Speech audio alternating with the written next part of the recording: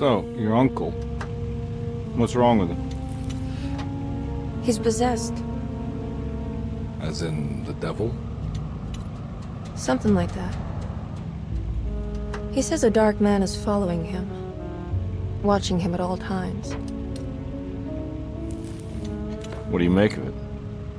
It's nonsense, of course, but I'd be lying if I said it didn't bother me. You see, it runs in my family. Possession?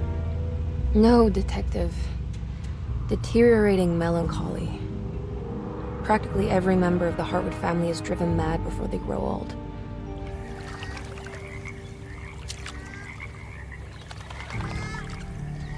But Jeremy didn't kill himself. Is that why he's at your setup? Despite being convinced that he is truly possessed, he decided to put his last chips on Dr. Gray and his psychoanalysis, figuring he might stumble upon some cure.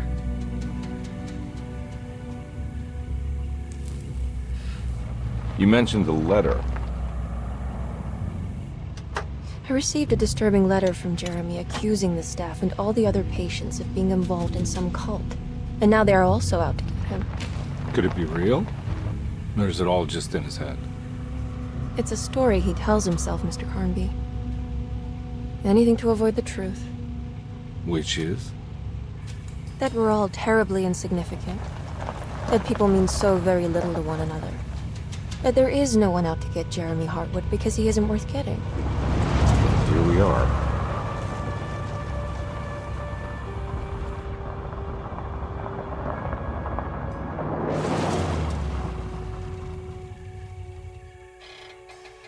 My uncle's not well, Mr. Carnby. I want to make sure he's all right. Then what's my part in this? You couldn't get a cab? I just wouldn't feel safe going alone.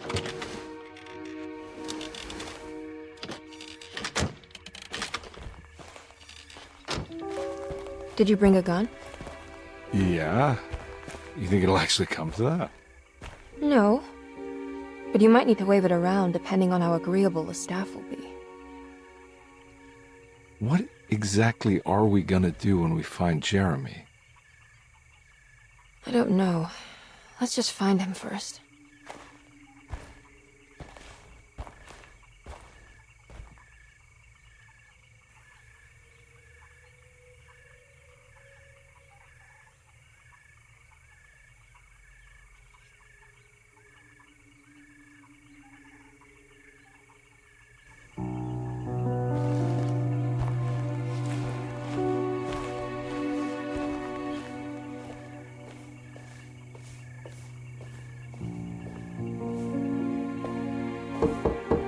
Hello?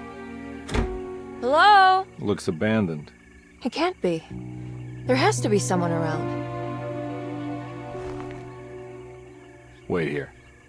I'll go around back.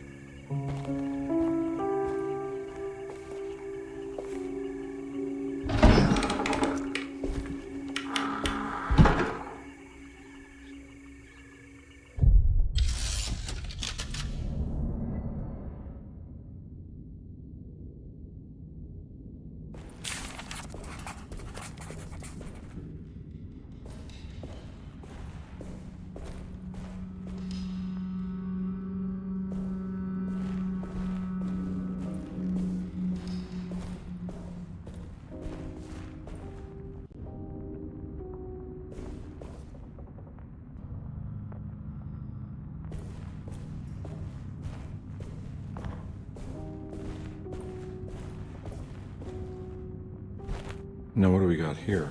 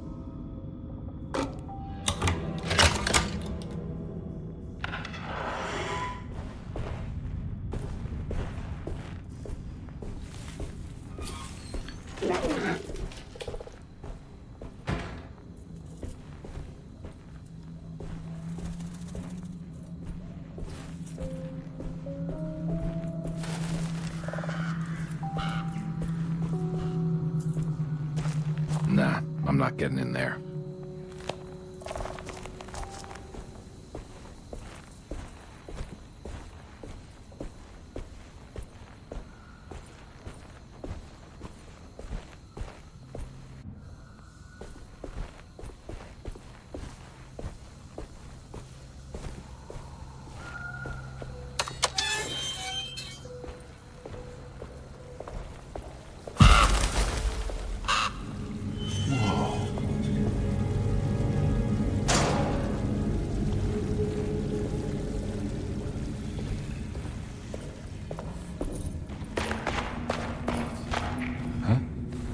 What?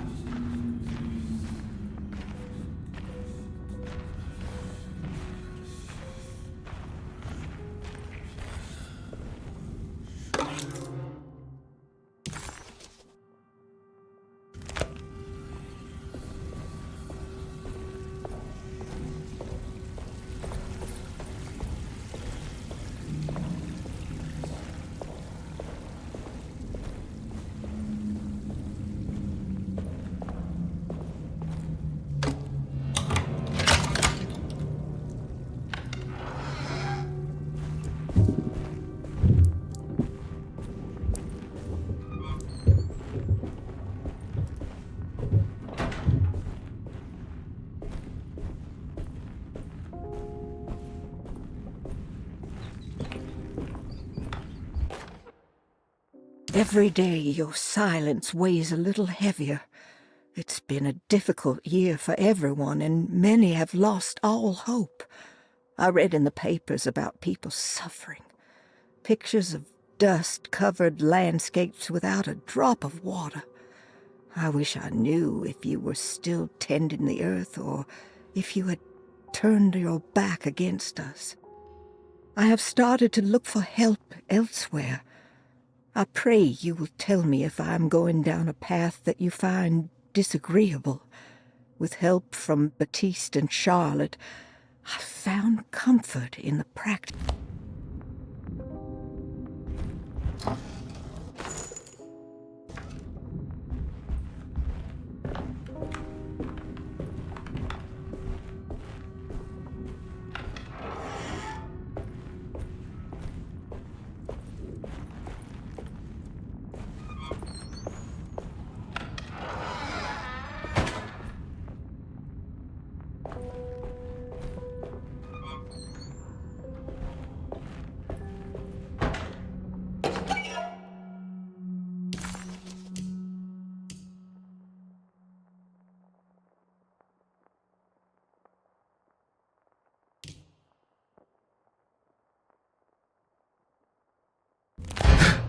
What was that?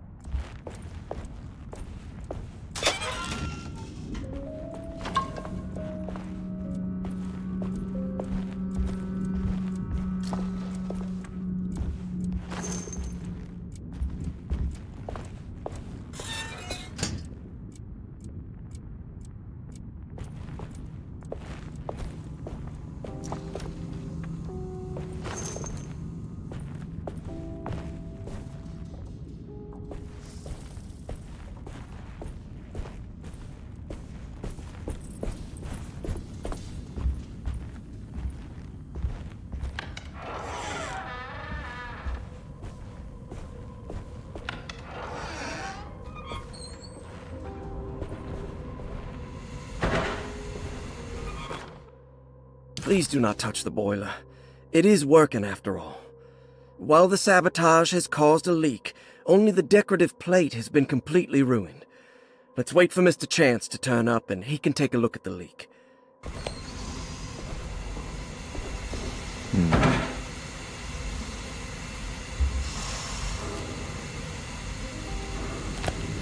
That doesn't look safe.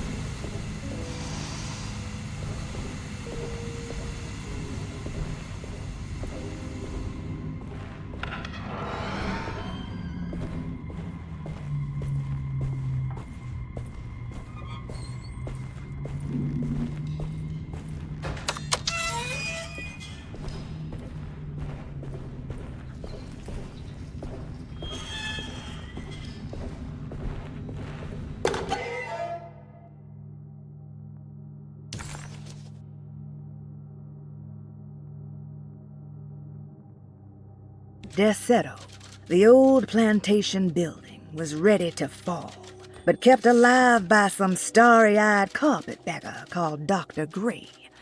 Seeing how the staff couldn't even be bothered with answering the door, Detective Carnby figured they would just...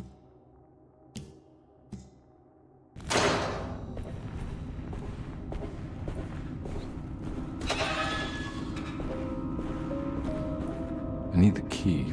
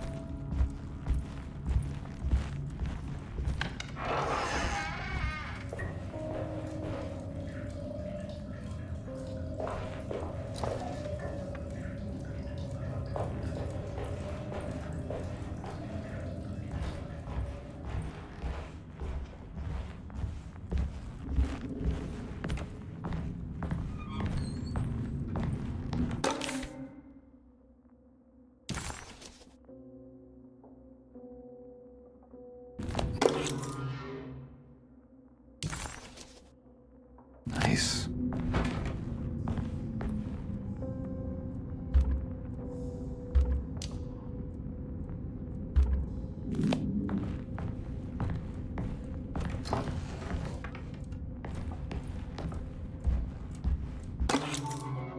Sunday, June 22nd.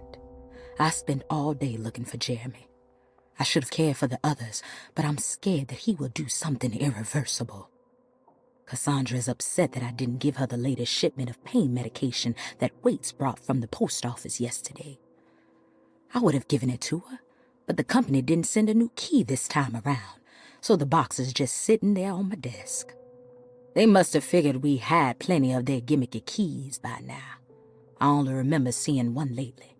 Grace was playing with it inside the grand parlor. Unless it turns up by itself, it will have to wait.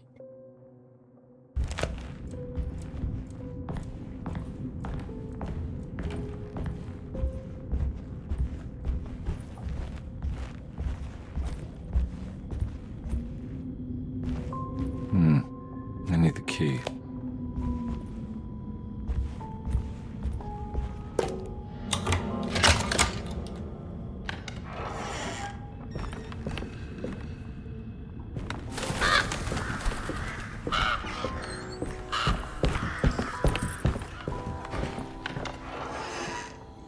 Oh.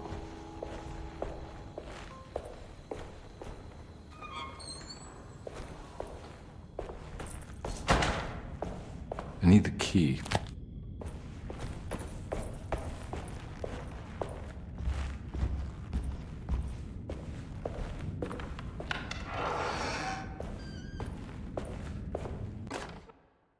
The Great Depression. President Hoover raises tariffs on over 20,000 imported goods in an act to protect American labor. Following the collapse of the Wall Street stock market on October 24 last year, American industry has suffered greatly. Thousands of companies have gone bankrupt and left a large part of the American workforce unemployed. In an attempt to turn the tide, the Smoot-Hawley Tariff Act has been signed by President Herbert Hoover. By regulating commerce with foreign countries, the government hopes to encourage the industries of the United States to compete with cheap foreign imports. Superstition on rise. New Orleans voodoo stores and spiritual mediums see increased profit during troubled times. While the market has faced hard times ever since Black Thursday of last year, voodoo doctors and snake charmers see significant rise in number of customers. With the coming Eve of St. John on the 23rd, The police expect increased cult activity around Bayou St. John, the southern shore of Lake Pontchartrain. Voodoo rituals in that area on the eve of St. John have a long tradition reaching back to the first snake worshippers brought as slaves.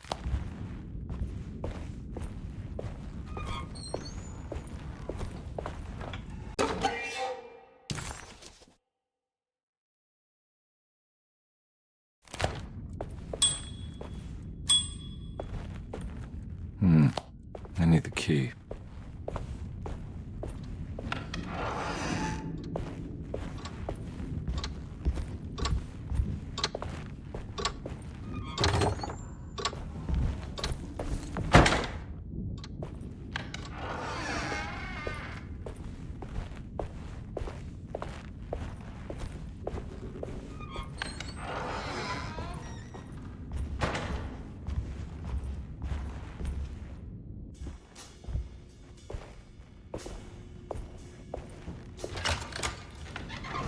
Thanks. What are you doing? Who are you? Whoa, pardon me, excuse me. My name is Edward Carnby, private investigator.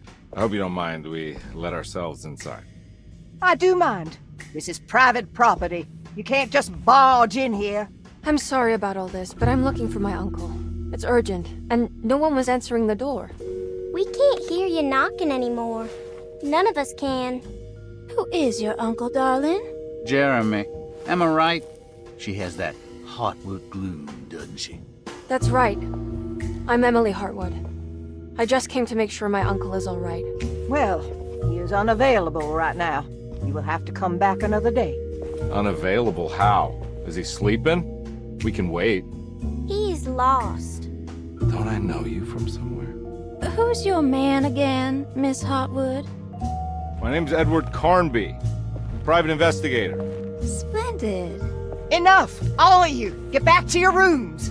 McCarthy, keep your eyes on the child. And you two, please leave immediately. Look, we're not here to cause any trouble. Just let us see the old man, satisfy the curiosity of my client here, and we'll be off. Jeremy has gone missing. There's no need to worry, but it might be some time before he turns up. The whole staff is looking for him. What? He ran off? I don't have time for any of this. Please, come back tomorrow. All right, in that case, we'll just wait in his room. You don't mind, do you? It's upstairs, right?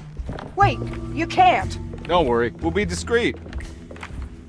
In the corridor. It's the first door on your left. I'll tell Dr. Gray you're here. Excellent. Thank you, madam.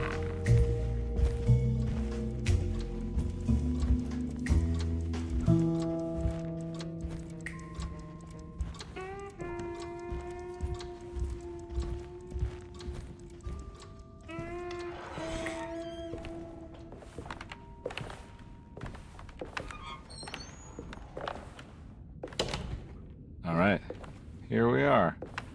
Let's look around. See if we can dig up any clues.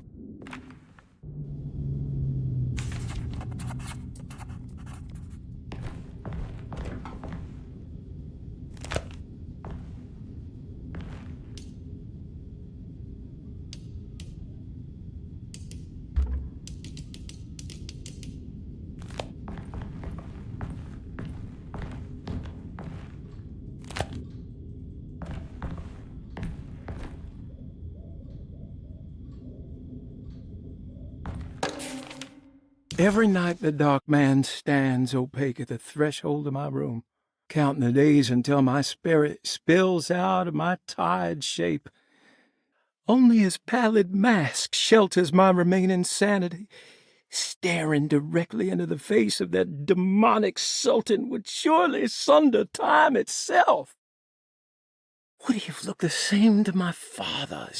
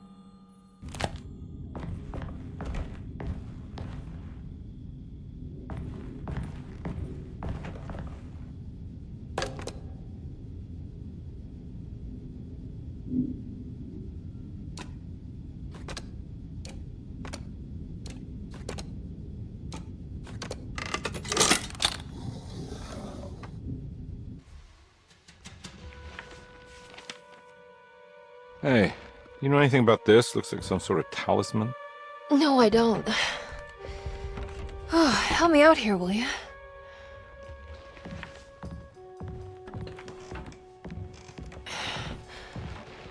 I would kill the guy to throw some of this stuff out. I'd be crazy too if I had this much junk lying around.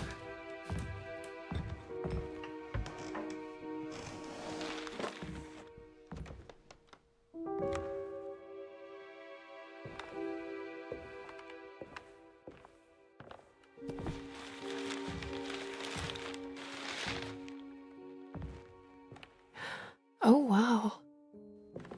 That's striking. I want to save this one.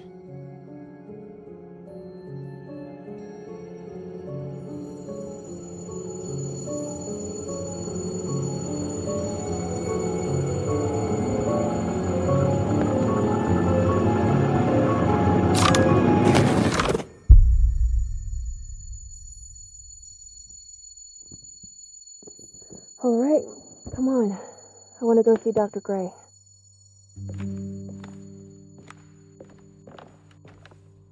Come on, let's go. Yeah, I'm coming.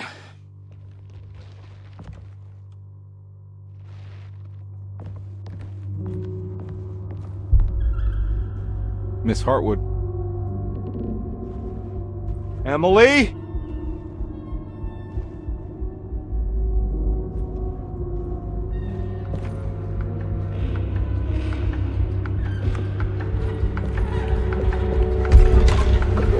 What the hell is going on?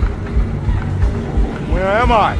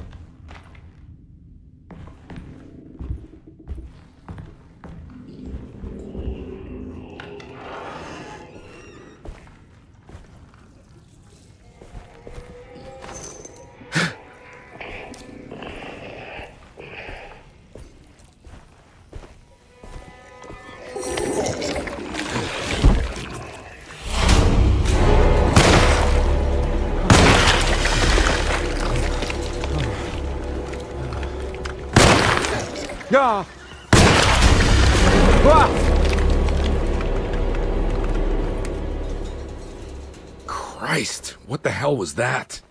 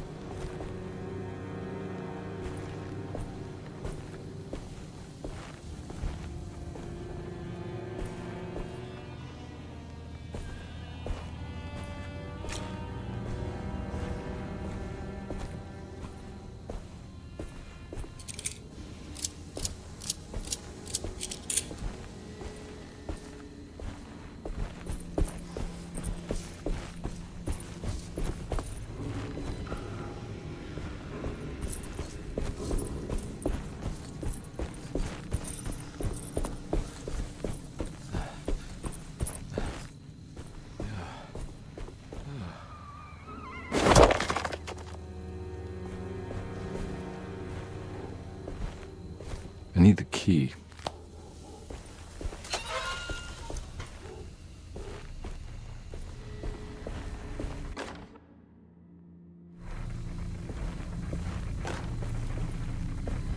I can't go that way.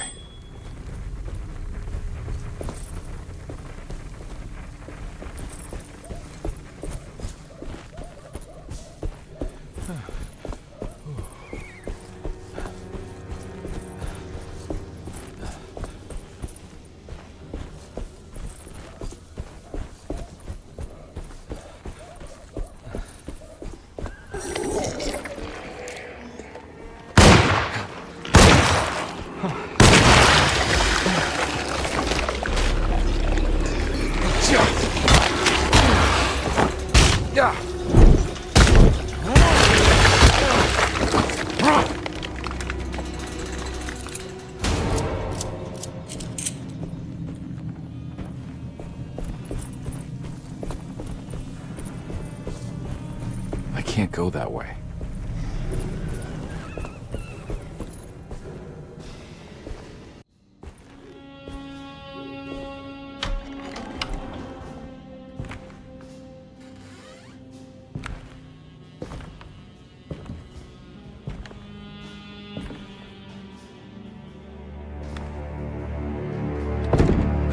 Don't let them get inside, Carnby. They're not the good kind. Are you... Is this your store? There are no owners here. We both strangers in Jeremy's story. Jeremy did this. How? The pact with the dog man. Jeremy warned us, but we didn't think much of it. I'm Detective Edward Carnby. I was hired by Jeremy's niece to find him. Oh, yeah? How much she paying you? $150. She's sure getting her money's worth tonight. Are you a thinking man, Carnby? No, not if I can help it. You know, I think Jeremy's hiding in a way we can't find him. He has this juju necklace that guides him. The talisman? That's right. It's some magic charm he got from Miss Jackson down the street. The voodoo priestess? You know surprising things, Carnby. Yeah, the Mama Loa. Here, take the key. I locked the gate to save her place from all the ghouls and goblins getting inside.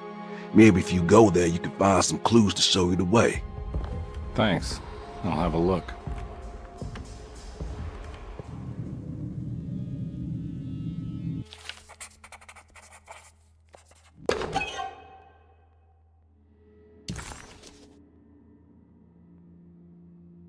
Detective Carnby hesitated to buy into the stranger's explanation, but it was all he had. Baptiste, this mountain of a man, seemed to suggest that this other world they had been pulled into was built from Jeremy's scattered memories. It sounded crazy to him, but Carnby couldn't exactly deny the situation he found himself in. Baptiste believed Jeremy was able to move freely between worlds using a talisman he got from Miss Jackson, a voodoo witch doctor that made a good living from alleviating the rich from their ailments and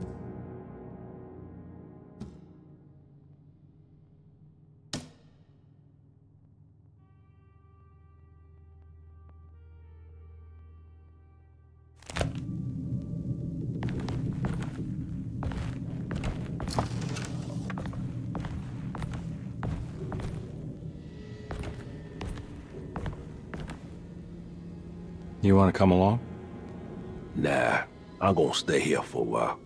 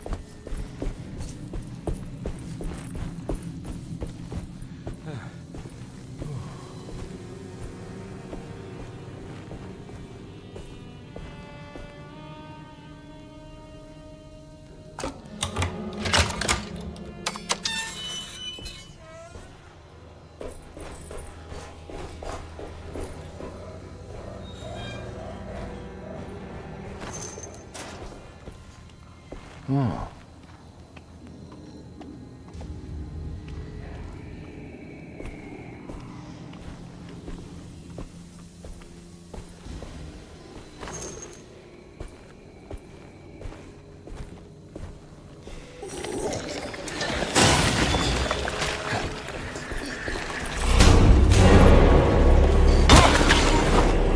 My weapon broke!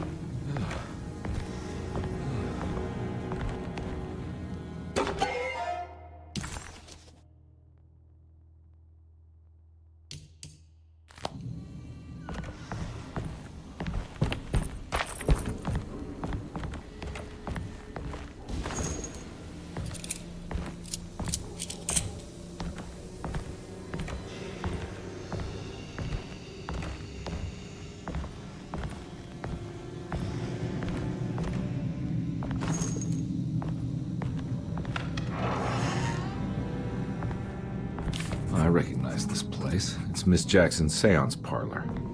Let's see if she's got any information on Jeremy's talisman. It's the talisman, like the one in the painting.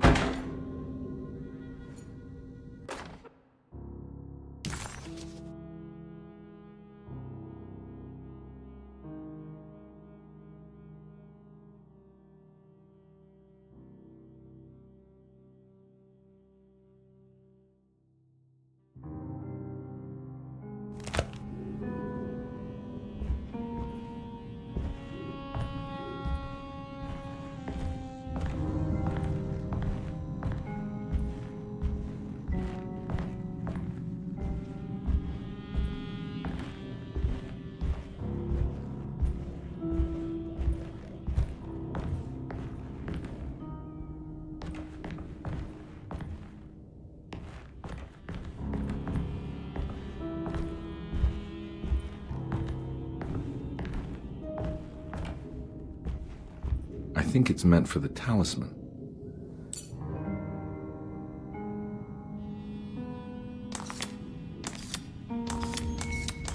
I think it needs numbers, like coordinates.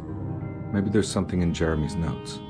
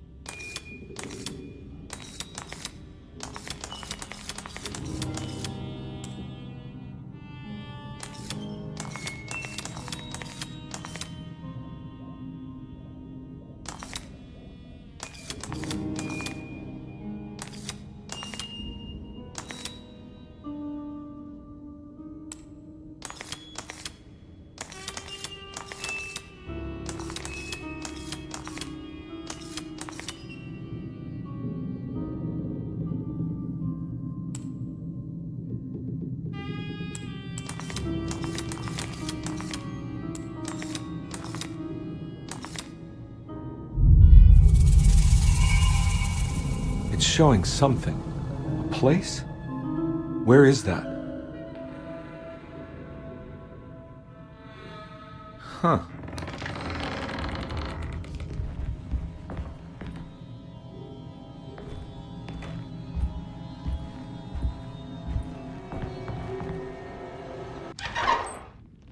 Detective, I was wondering when you were going to show up. Mrs. Thompson told me you were here. I understand you are working for Jeremy Hartwood's niece. Yeah, I guess so. I mean, you're not wrong. We came here for her uncle. I just didn't expect... I didn't expect this. You are Dr. Gray, right? That's right. You don't happen to have some identification, Detective. I'm not keen on having strangers prying into my business. Oh, Detective Edward Carnby, Decatur Street, New Orleans. Enjoying the Vieux Carré, Detective? Those old French quarters, the voodoo people, the gangsters. I'm sure you live an exciting life. Well, it's not quite like the stories, Doc. Just trying to make a living. Aren't we all making a living? Well, welcome to Deseto, Detective. I hope your time here will be useful. Now, what can I do for you? But why don't you tell me where I can find Jeremy Hartwood? Why wouldn't that make for a short visit? I wish I could tell you, but I'm afraid I don't know. A drink, Detective? Anything brandy. Oh, you do belong in the French quarters, Detective. Armagnac or cognac? You know, just give me the cheap stuff. I'm not much of a connoisseur. Having low standards is not a virtue, Detective. Let me see if I can broaden your perspective. What can you tell me about Jeremy? I wouldn't want to go into details about his condition. Doctor-patient confidentiality. I'm sure you understand. Sure, but he is crazy, and he's gone missing. Why? Here, try this. Ooh, it's good. Got a bite? It's called a sidecar. The trick is not to be afraid of the tartness of the lemon. Then, for goodness sake, don't overdo the triple sec. Okay, what can you tell me about Jeremy? Well, let me think. He is an anxious man, constantly worried about events not presenting themselves according to his model of predestination. He complains about things not being carried out in the right order, and that some things simply shouldn't be. Is any of this helpful to you? Not really. I was hoping for some direction where to look next. I'm sorry. I have nothing for you then. You should talk to my orderlies. They have been looking for him for a while now. I'm sure they would appreciate your help. Yeah, I ran into Batiste earlier. Come to think of it, he might have given me a lead. Oh, excellent. So your investigation is already underway. I'm gonna go, but I'm sure we'll meet again. Looking forward to it. Safe returns.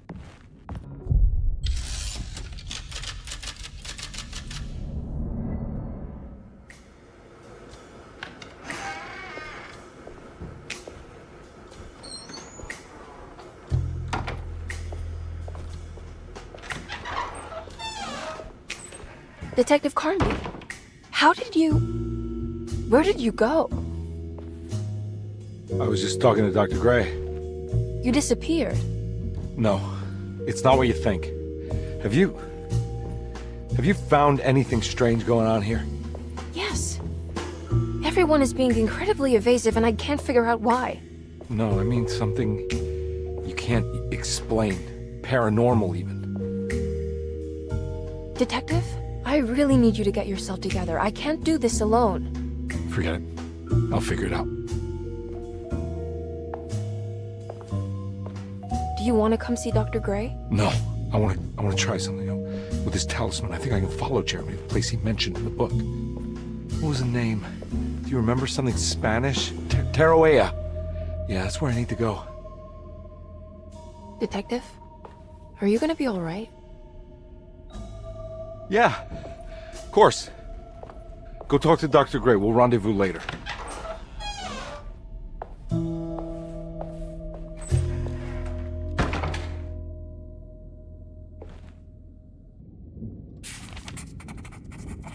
This talisman brought me back from the French Quarter in the blink of an eye. If Jeremy can travel so easily, then he could be hiding anywhere, even Tarawea. If he can do it, so can I. I just need to figure out how the talisman works.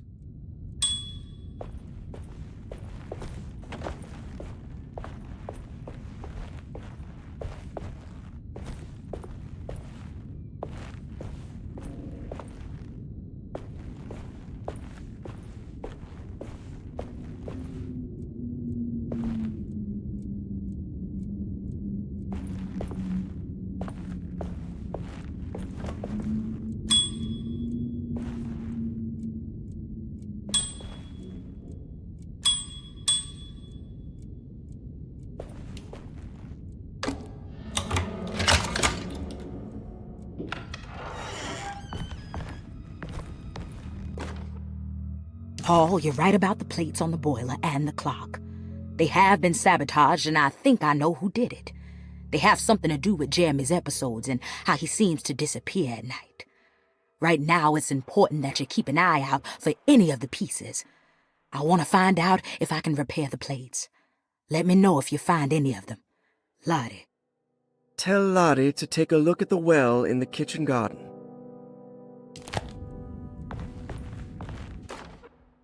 Saw your notice in the boiler room.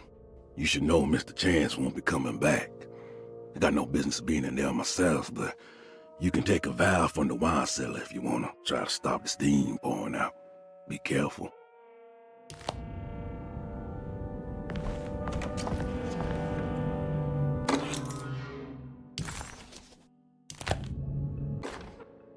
Dr. Elmore Lee Gray is DeSeto's chief doctor. Accounting and all administrative work is handled by me, Paul Waits. Magdalena Thompson, or Mags, is responsible for the household.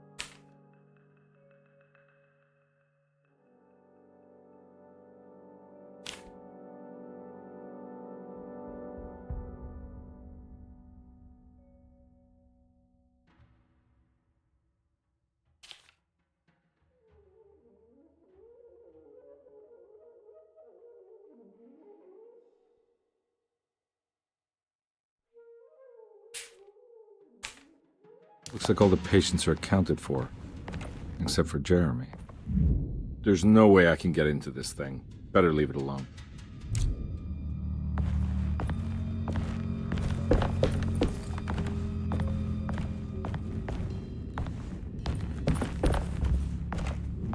I need the key.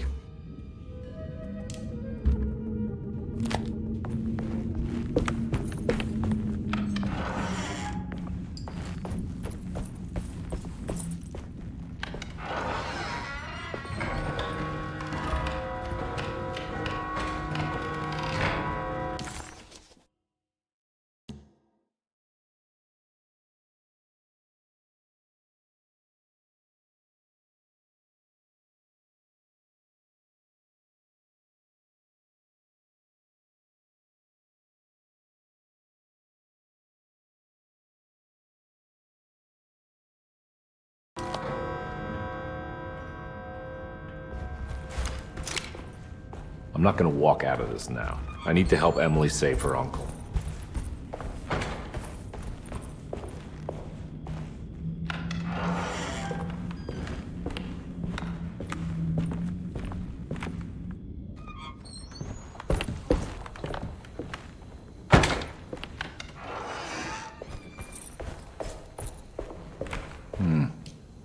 key.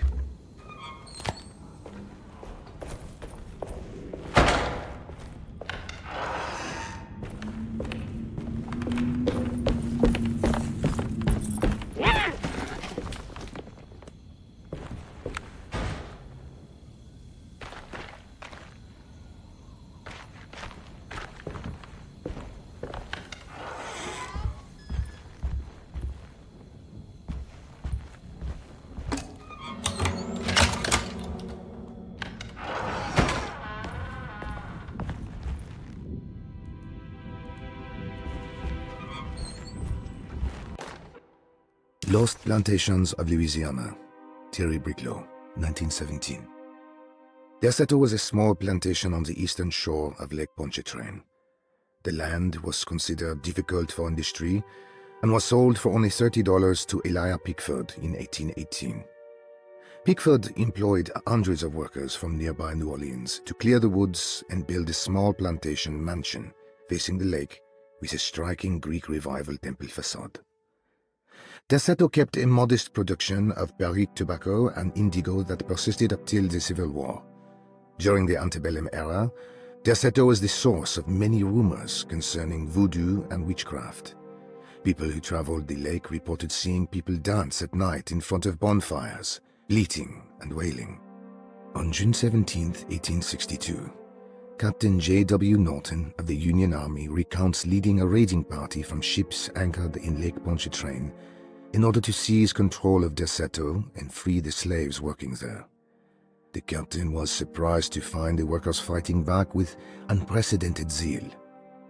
Norton's account describes these men and women as enraged with fanaticism.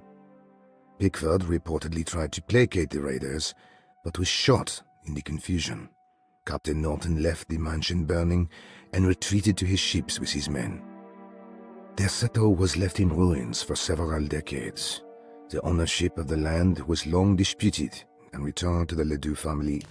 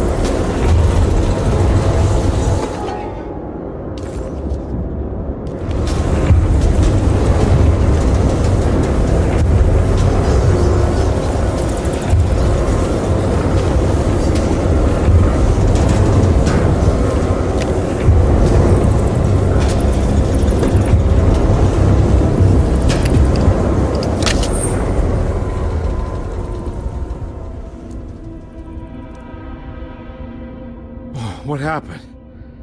Everything's normal again? Right.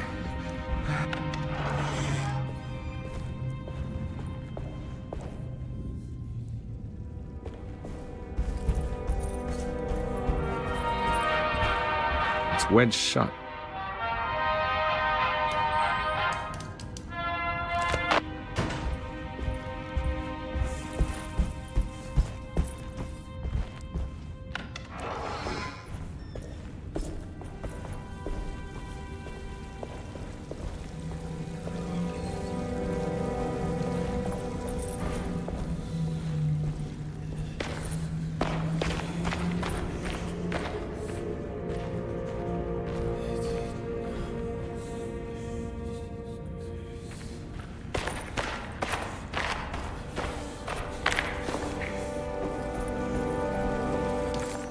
While Detective Carnby was grateful to be back at Derceto, he was eager to test his hypothesis.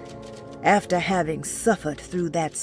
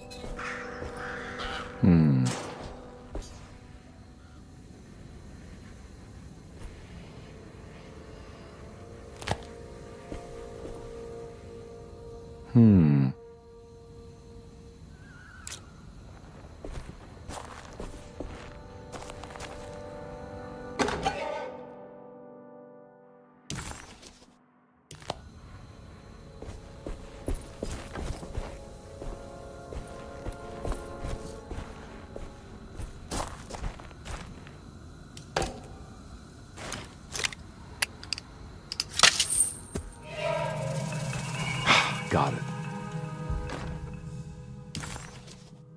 Nice.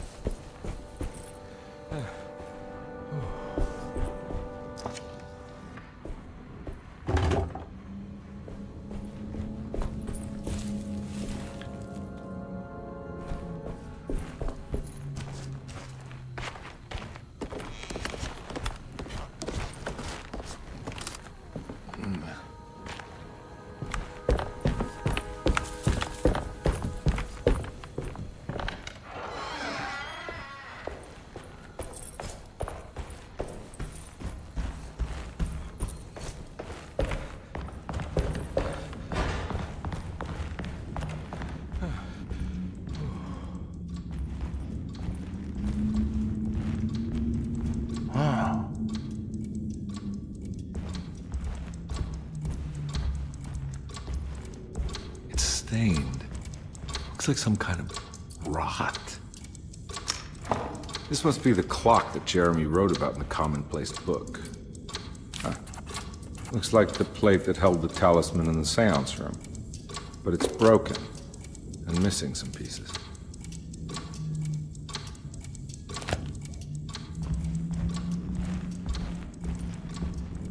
I need the key.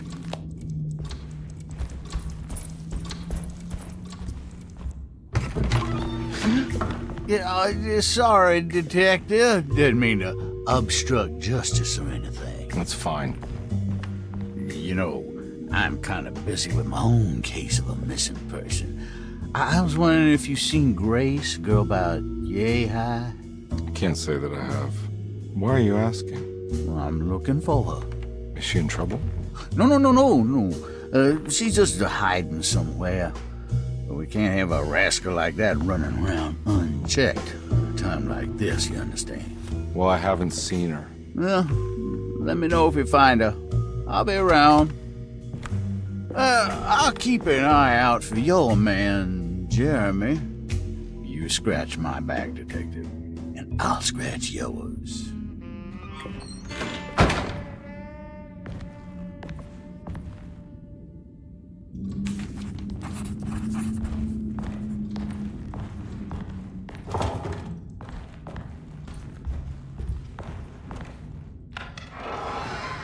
Looks like everything's back to normal here.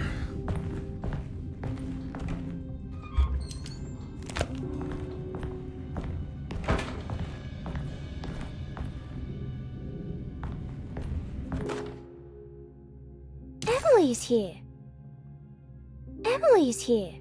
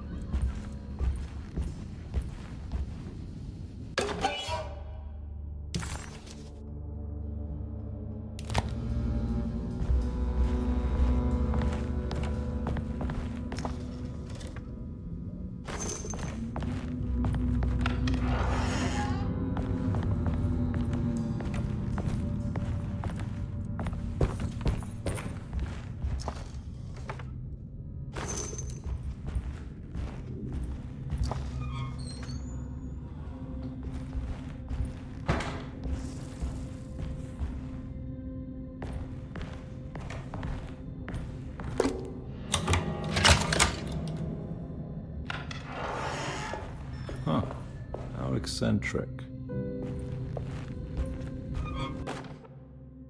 I did it! I crossed the thresholds to my intended destination without a focusing device. My talisman now knows these roads, and I have no need for the plates. I can find my way to Lafayette as easy as I find my own room. I visited the grave of my father and seen the oven waiting for me. Thank you for opening these doors.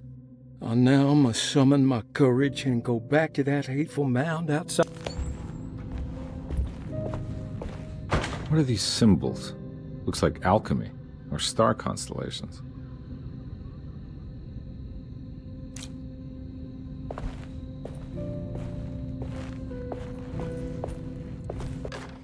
Will I need to remember how to get them out again? They are locked up for good reason. I am sure she is still able to whisper the answer in the ears of the wrong people. But not for long. I will see her burned soon enough. That black goat will be sacrificed to put an end to it all. Then it will all be over. No more Terceto, and sadly, no Astarte. Those good pirates of Pontchartrain. May you still sail the lake, until you find the shores of Hali.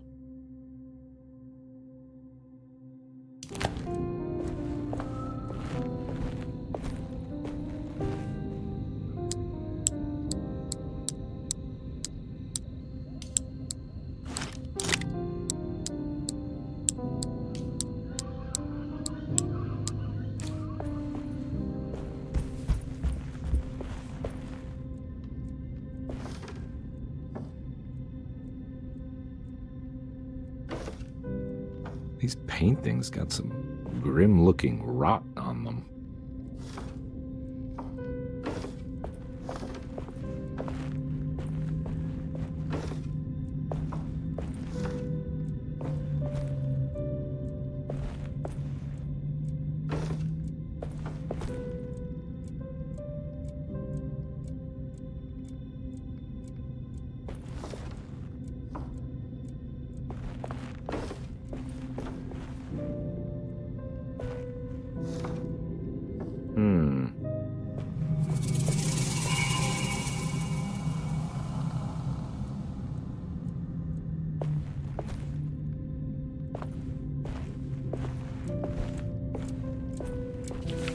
Astarte Artist Colony. I remember hearing about their disappearance. Must have been 15 years or more now.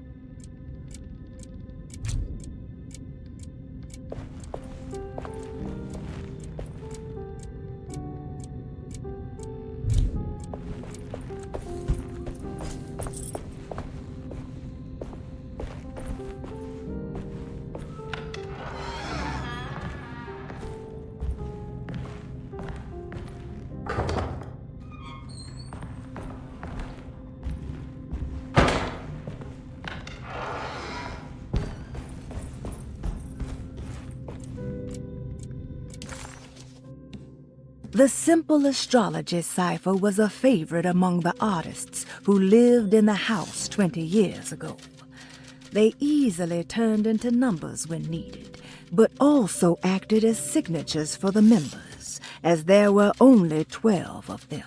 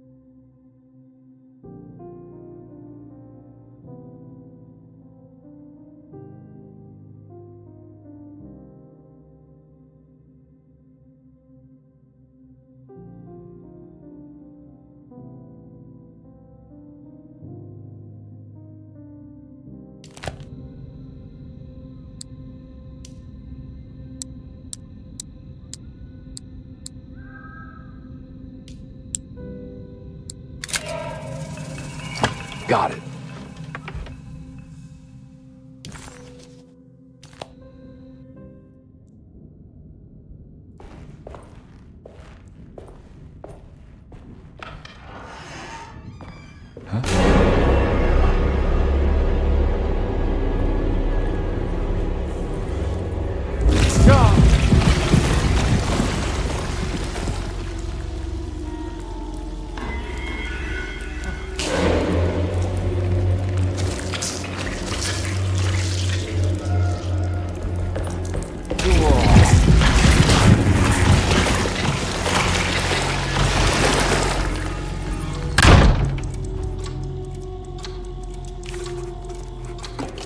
I think I've seen this somewhere. What the hell is going on?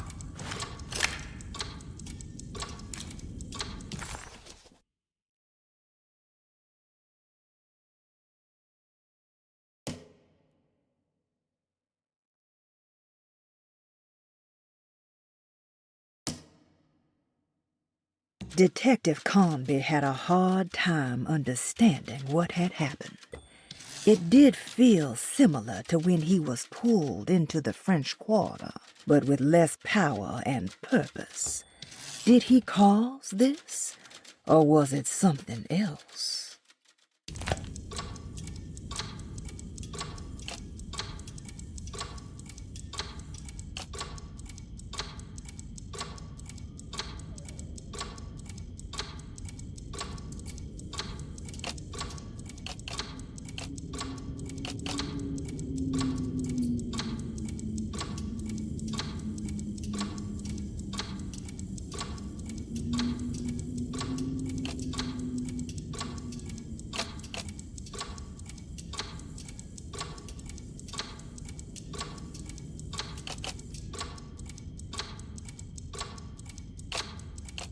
There was something in the commonplace book about this.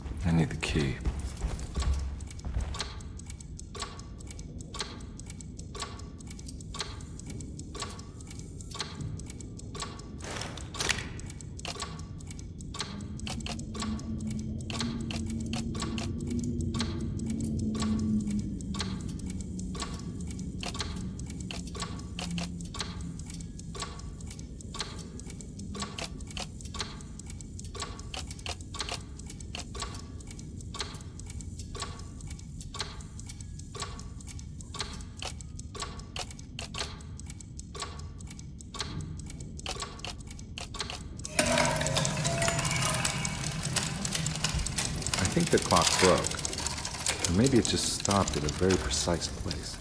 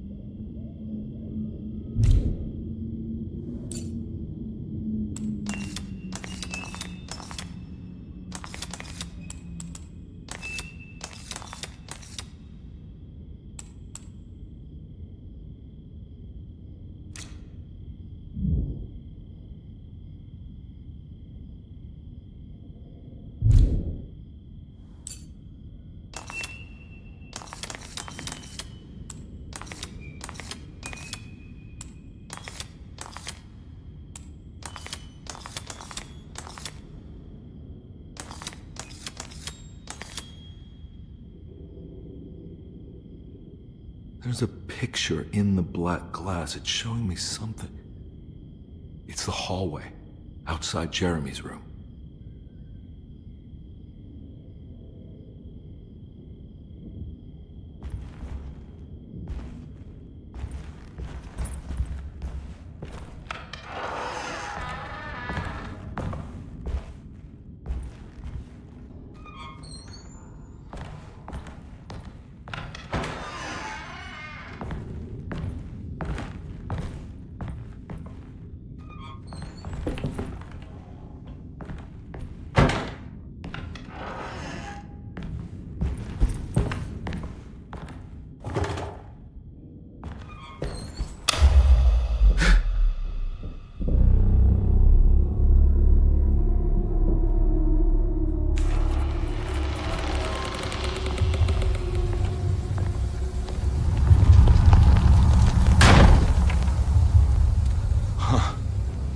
I made it.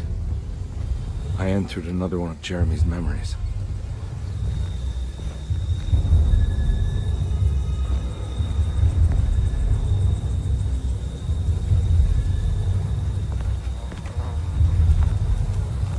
Ugh.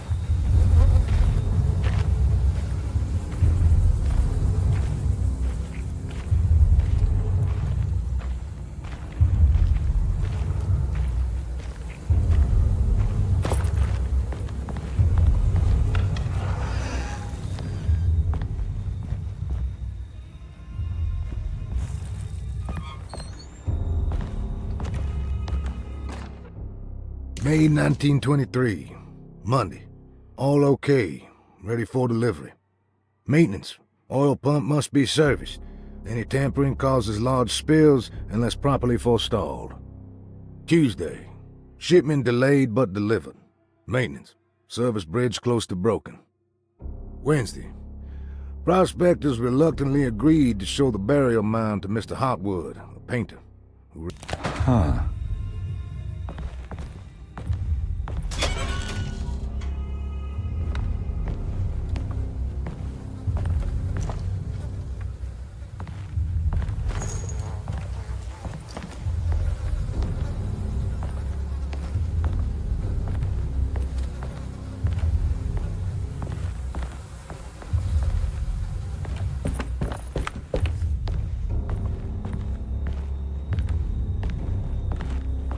I need the key.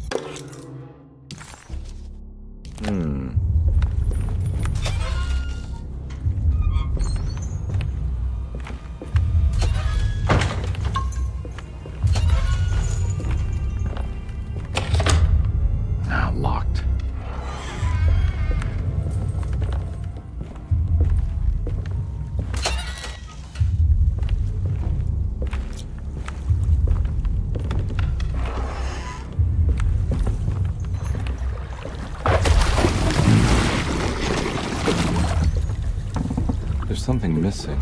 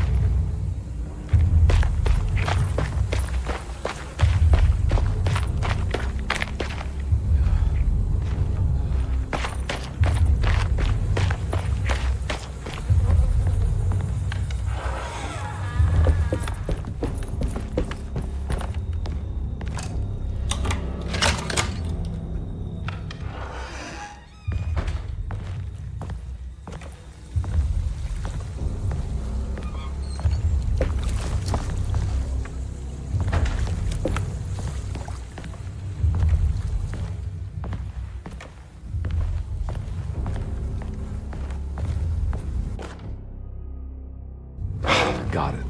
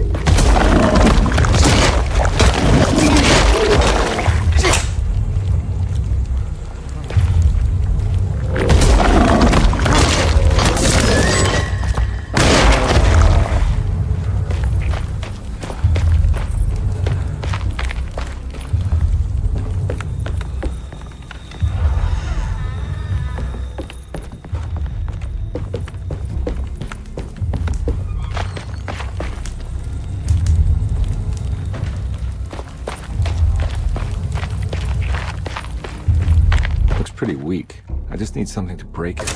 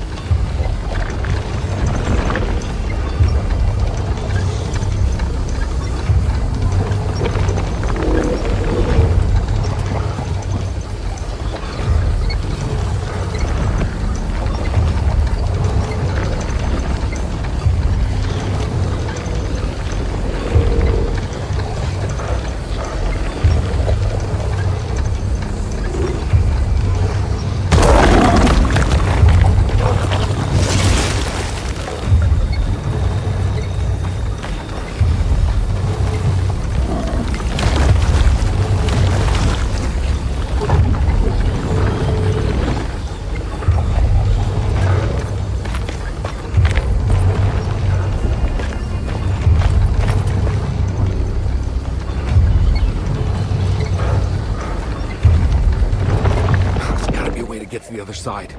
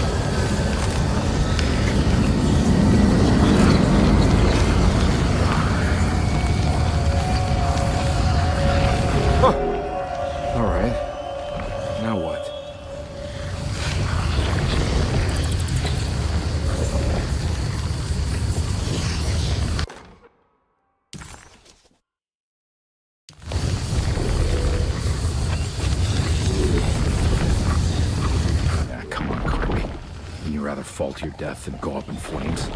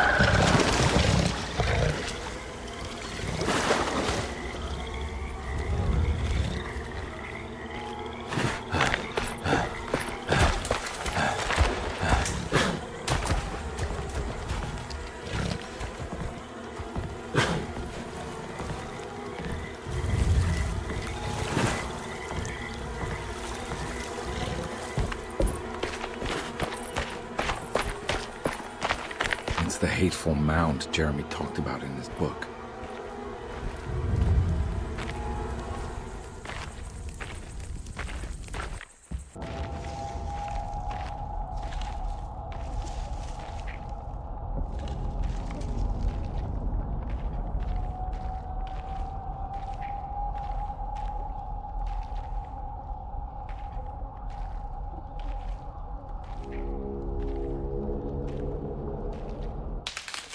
Don't come any closer. I'm armed. Get that thing out of my face. Who are you? What are you doing here? I'm just a detective trying to find something called Tarawea. You're after Jeremy too? Why? I'm working for his niece. She wants to make sure he's alright. He might be unharmed, but far from alright. He's a curse upon Deseto. Here we go again. Quiet.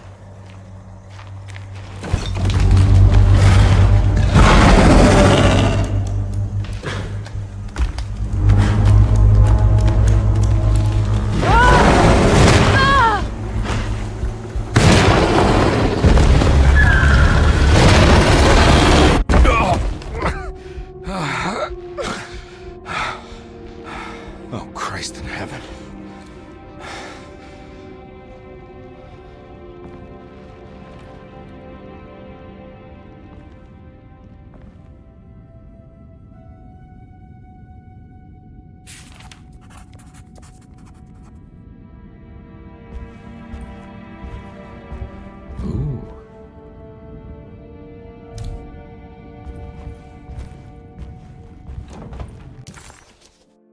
It was a bust.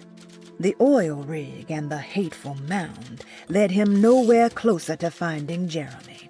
Carnby was sure he had struck gold when he found Jeremy's bag, but it was just a trap set by Lottie, another of Deseto's orderlies. Things got out of hand real quick, but somehow Carnby managed to find his way back to Deseto none the wiser.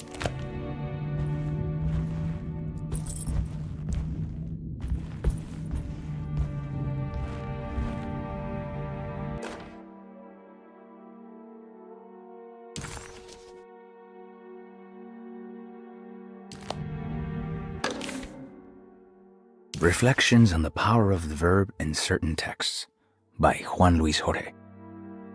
To act is in itself divine. Even the slightest movement of our hand is evidence of our soul in motion. Yet our free will is so easily overwhelmed by the dullness of everyday life. Our actions become rote and rigid in spite of luxury and comfort. True divinity is found in the choice of leaving the stage where we all perform. People who discover this freedom unexpectedly will be struck by the terror of this revelation and become paralyzed, or worse, turn to suicide. However, if you are able to weather that storm, you will discover that there is a divine path beyond that fear.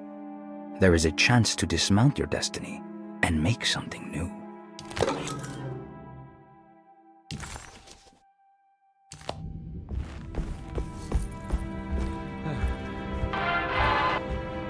It's wedged shut.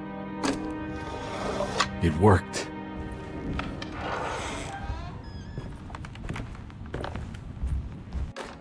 The Barlow lens. Instructions. To double the magnification of your telescope, simply fit this Barlow lens to your instrument. Then operate the fine tuners to adjust.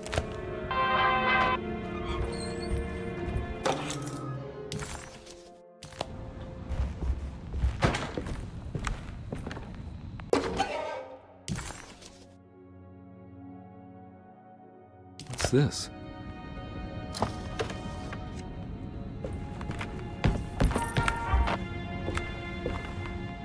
I don't think I have everything I need.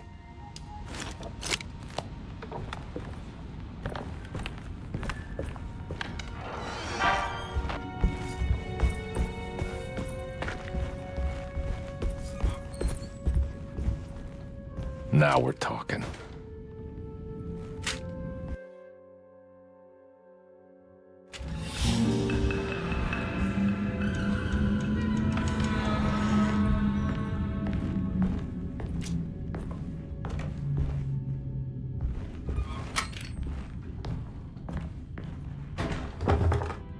Huh? What?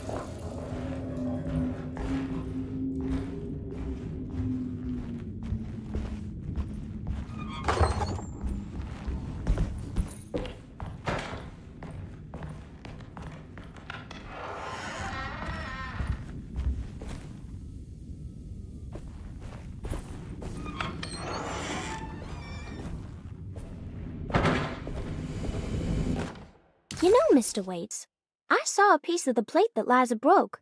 I think she's been hiding them. She's not very good at it. She just chucked it into the little room with all the tools behind the boiler. I left it there. I didn't want to embarrass her by picking it up while she was looking. We went upstairs instead and played backgammon. I let her win, because she's so unhappy. The piece looked like the one on display in Cassandra's room. You know about that one already, right? Or is your eyesight really that fuzzy? I hope you don't feel bad about your glasses. You only look stupid when you squint.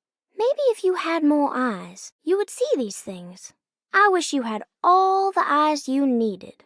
Your best and favorite guest, Grace.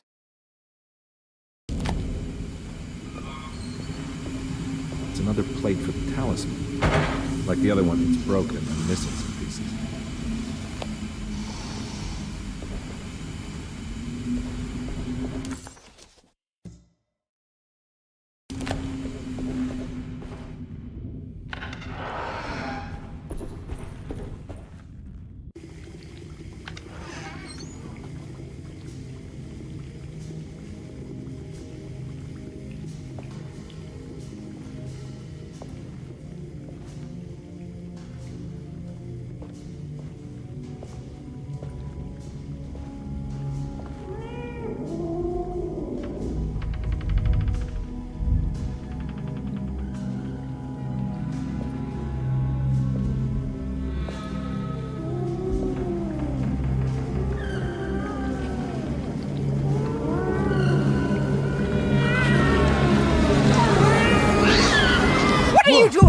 kitchen.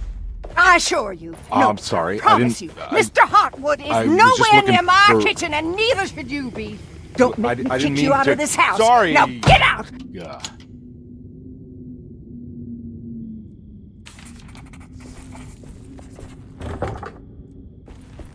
Carnby was in shock, but also a little embarrassed. The housekeeper was furious to find him searching through the kitchen and had run him out of the room.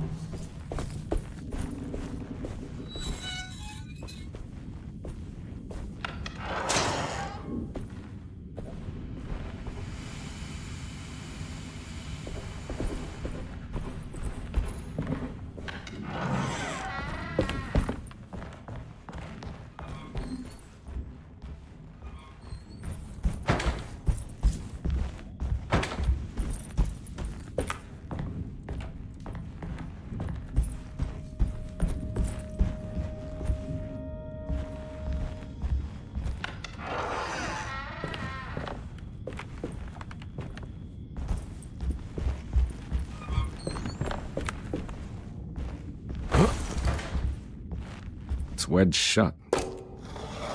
It worked.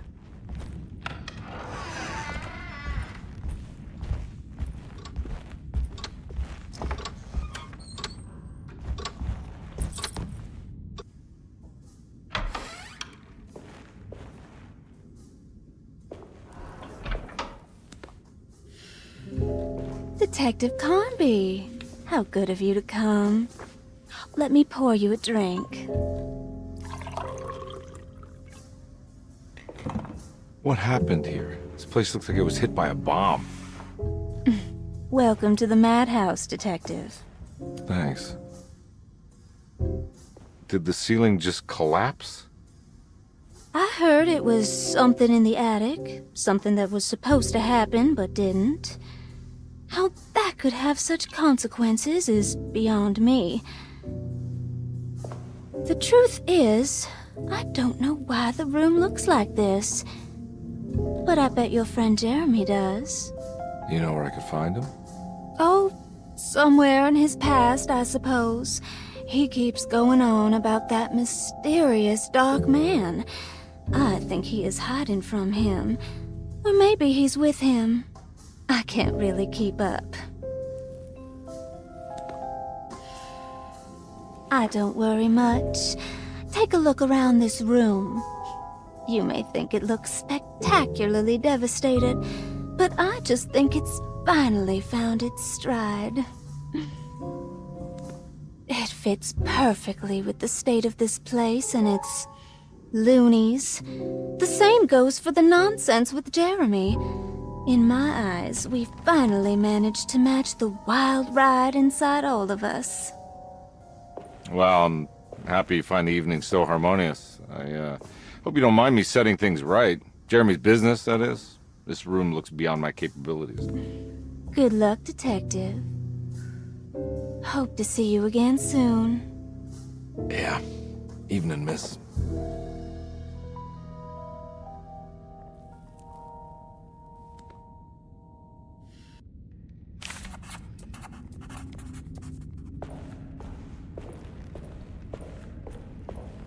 Can I get some more of that whiskey? Go ahead, Detective. I don't think I can stomach anymore anyway. Ruth seemed like a handful. Her talk about Jeremy and the Dark Man made it sound like she might know something of importance.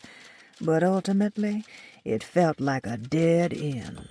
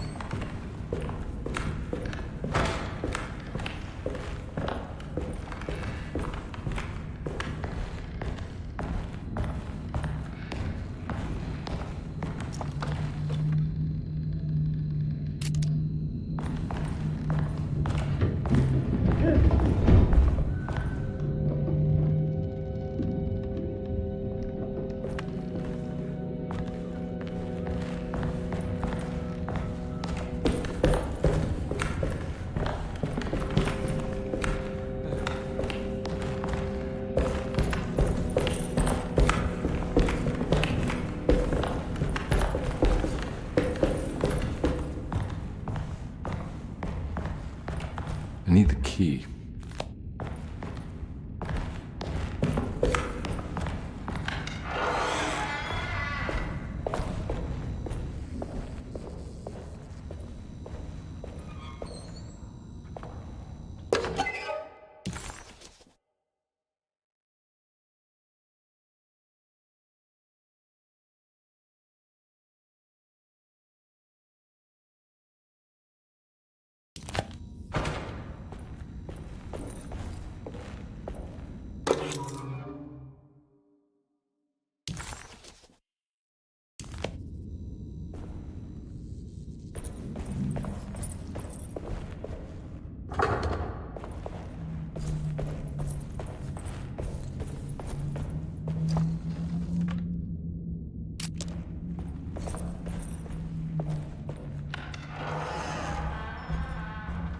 Ugh. There's more of that aggressive rot. On the commonplace of evil, there lies virtue and stark irreverence, careless thoughts of luminous indifference.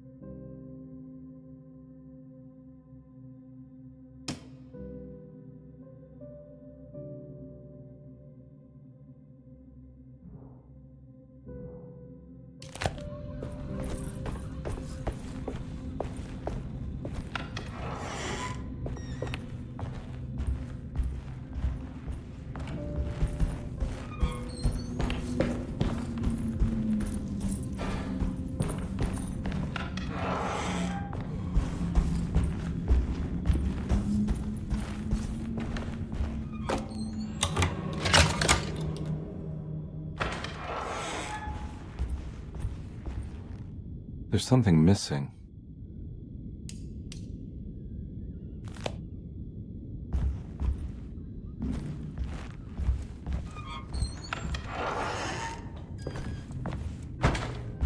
This must be that kid's room.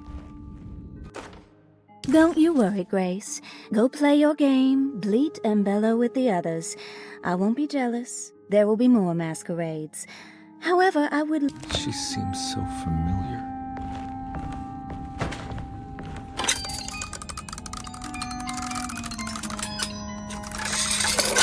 Huh.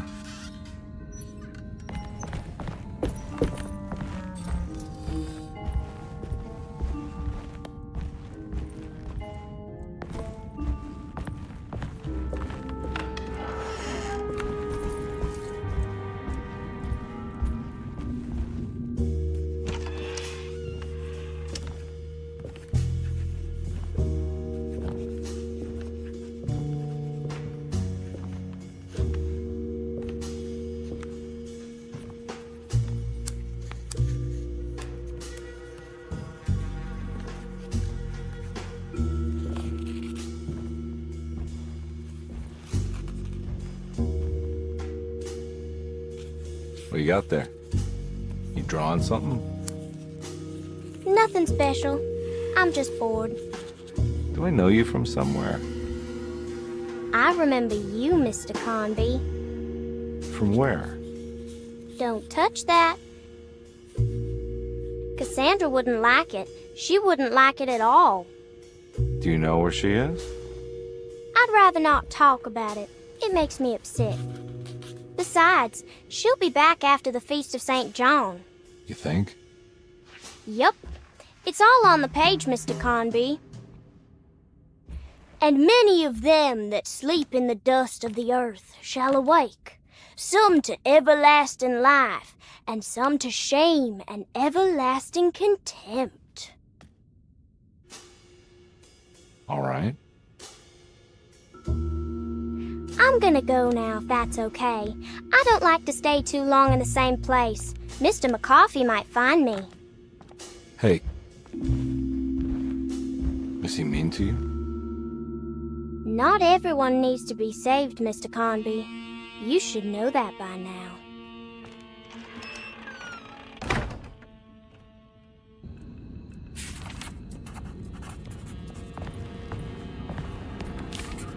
There's more of that rot again.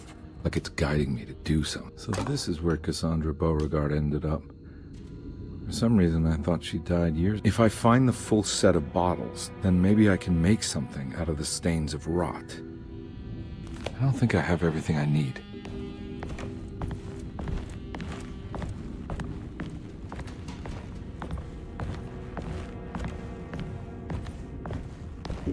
It's another one of those strange padlocks.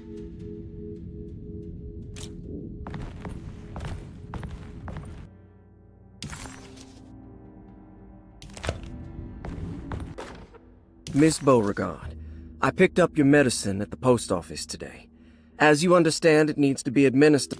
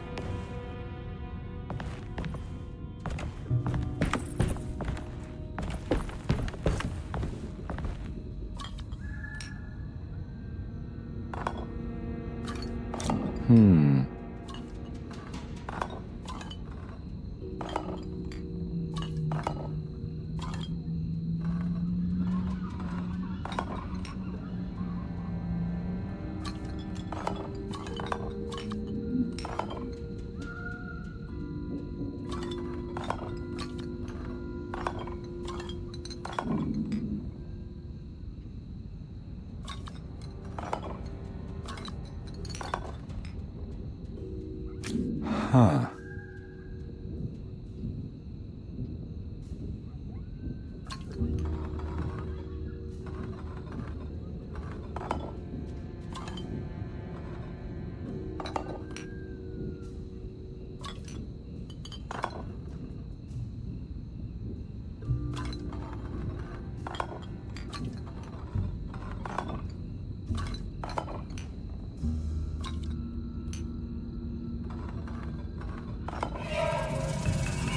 The rot made the shape of a snake.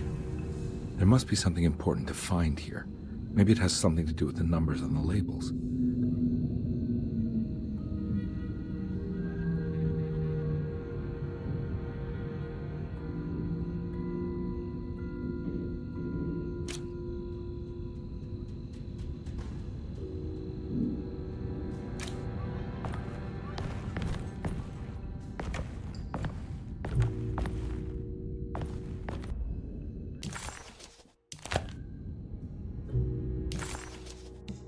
The medicine bottles had stains of rot on the labels, suggesting some greater shape.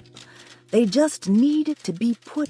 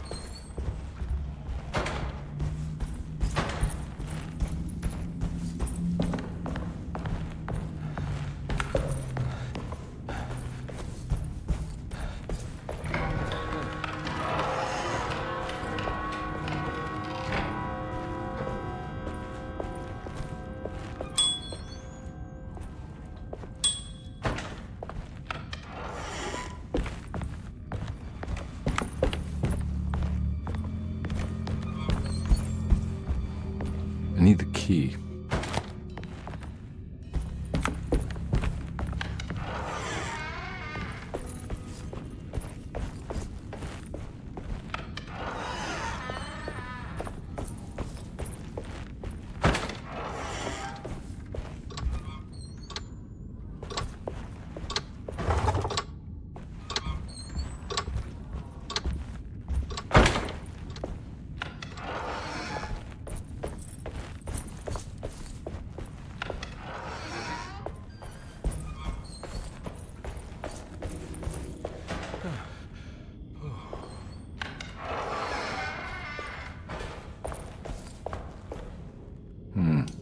I need the key.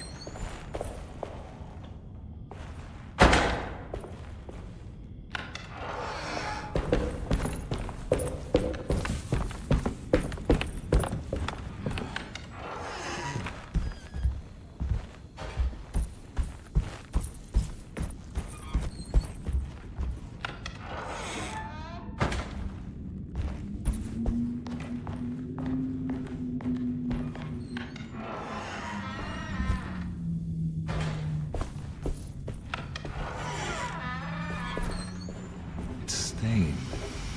Looks like some kind of rot.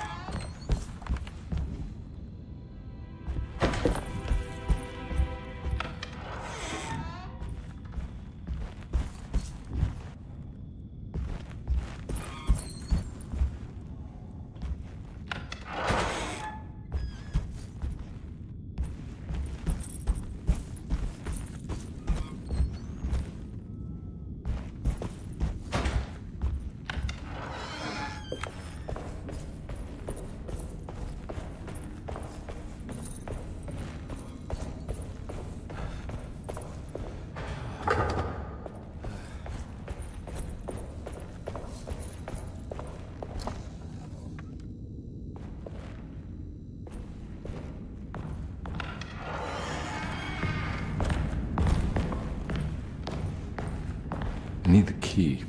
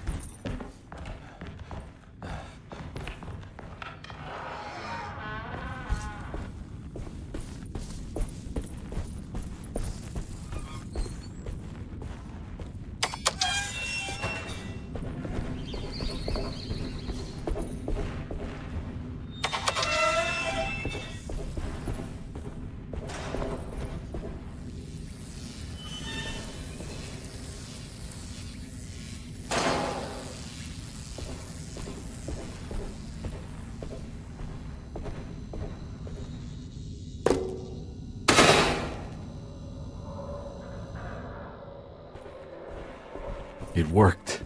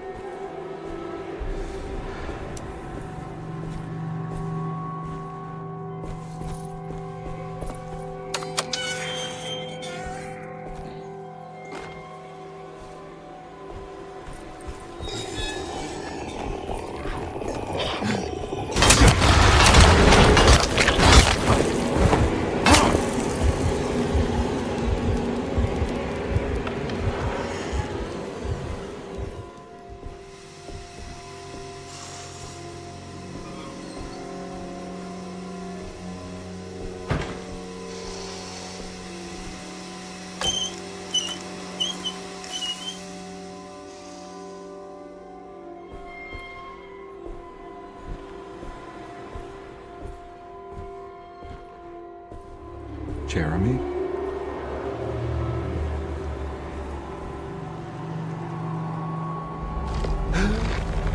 What the hell is going on here?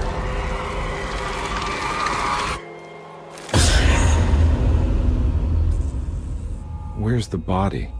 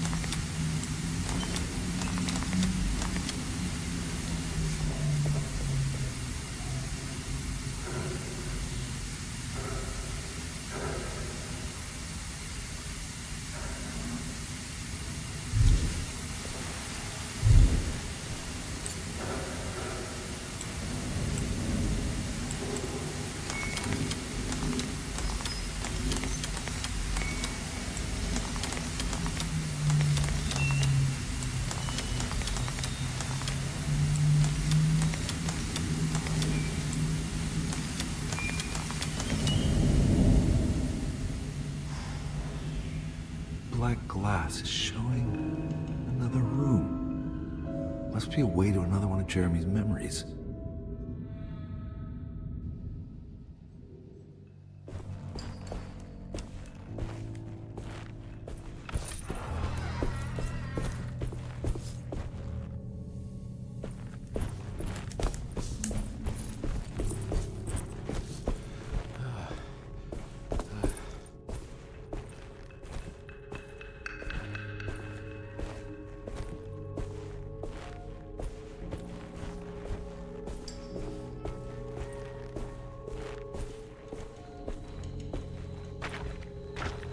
I knew it. I knew it would work.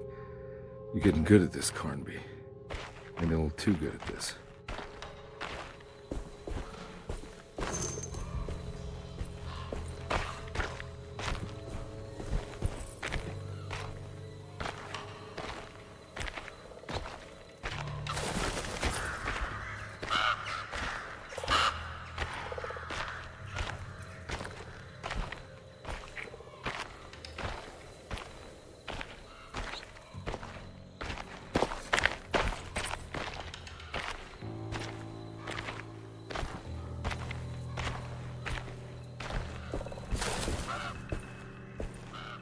Hartwood's family crypt.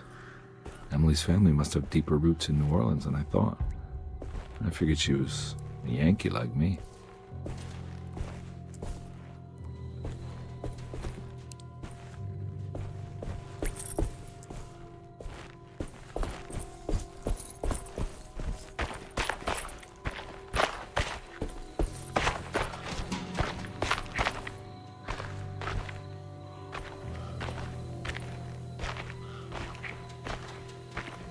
Now, what do we got here?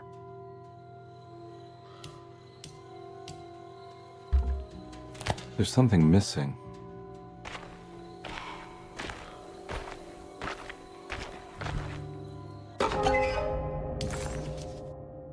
What's this?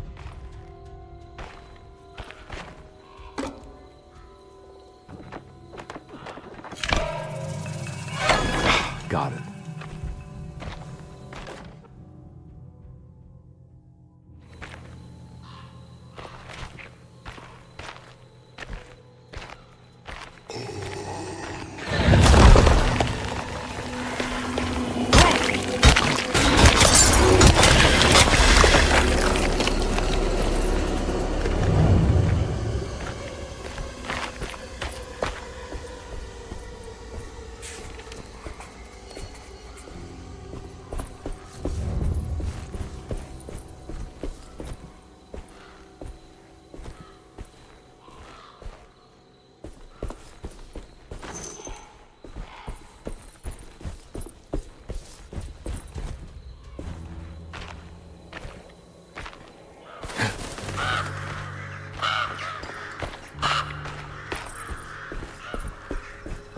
Jeremy sketched this chapel in his book, so it must be important.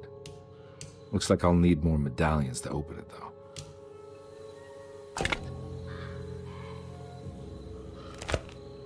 I don't think I have everything I need.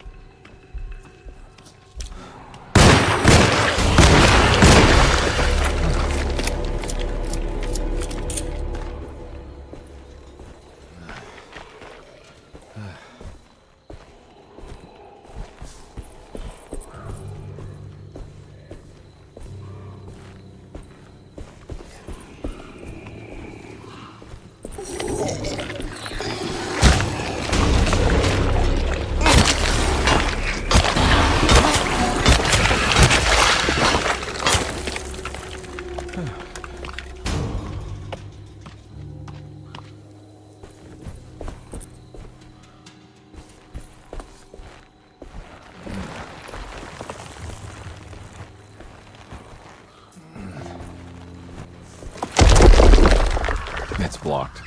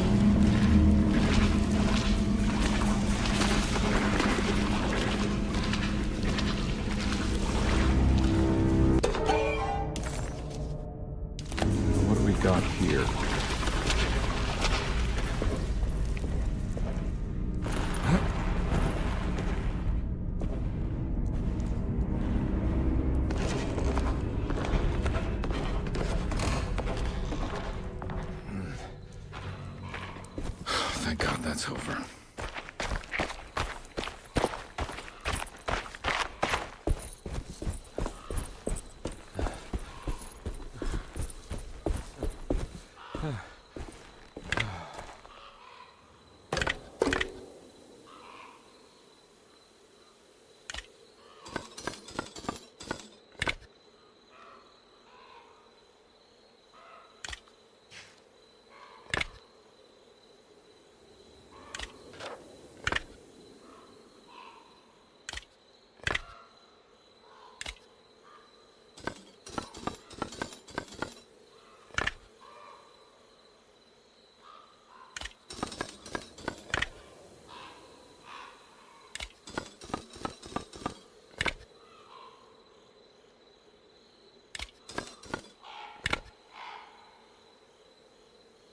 That can't be right.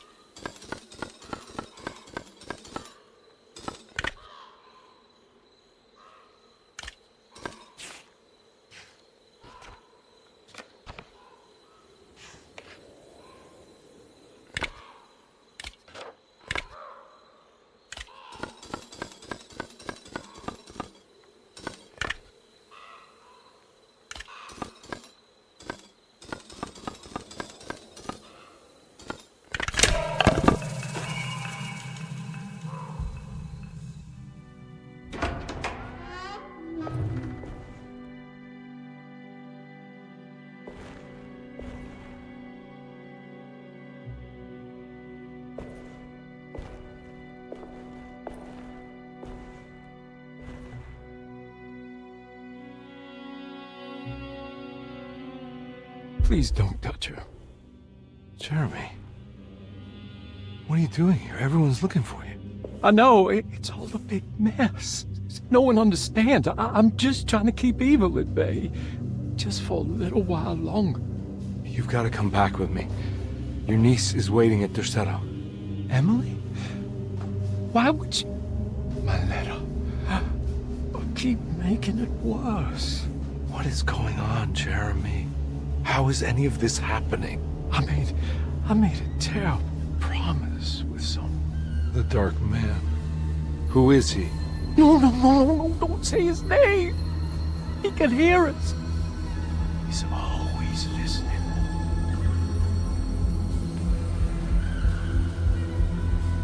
Jeremy, I need to understand what is going on.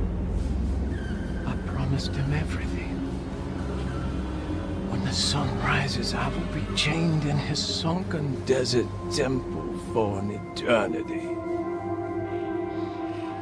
But at least the evil about to awaken in Deseto won't harm anyone outside of that cursed place. You're acting crazy, Jeremy. I want to help. There's nothing you can do. Then what's all the business about Tarawea? Why did you want to go there? I can't go there. I'm not allowed. But you wanted to. Can I go? Tell me, will it help me to break your pact? Is there something there that would help? Why would you give me hope? That's so cruel. Okay, sounds like we're onto something here. What should I— Look out! Behind you! Run! Don't let him take you!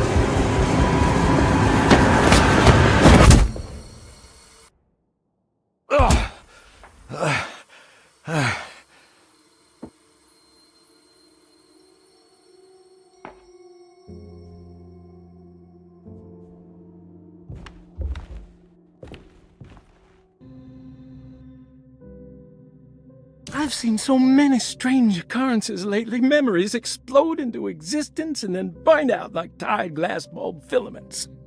Dreamscapes crash down from the stars and sink into the sea. Doors that lead to nowhere and absolutely everywhere at once. With all this reverie, I want to think there's a chance that you found a way to remain alive in some way I cannot fathom. Just like I've learned to navigate with my talisman. Maybe you, with all your knowledge, you somehow knew a way to find me again, perhaps in Tarawea. All my love, Jeremy.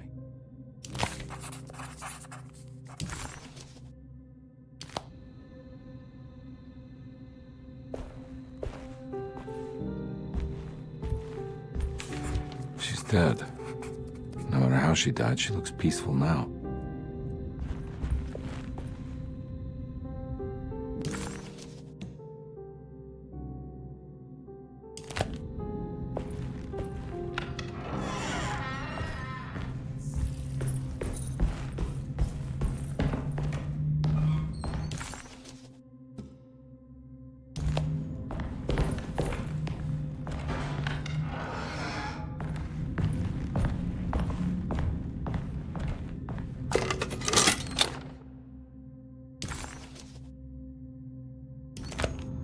Telescope lens. Why would he lock that up?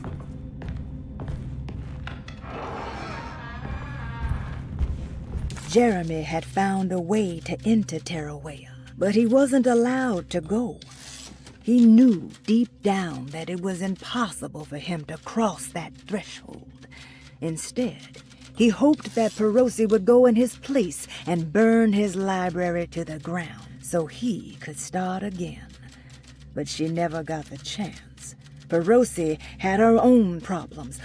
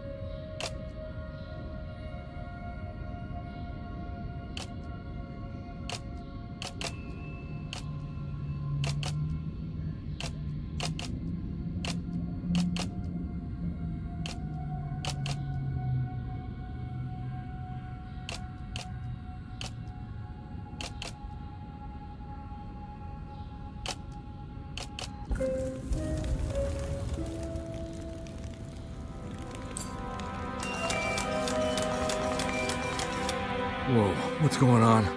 It's dialing in something all on its own and it's showing the way to another memory? Where is that?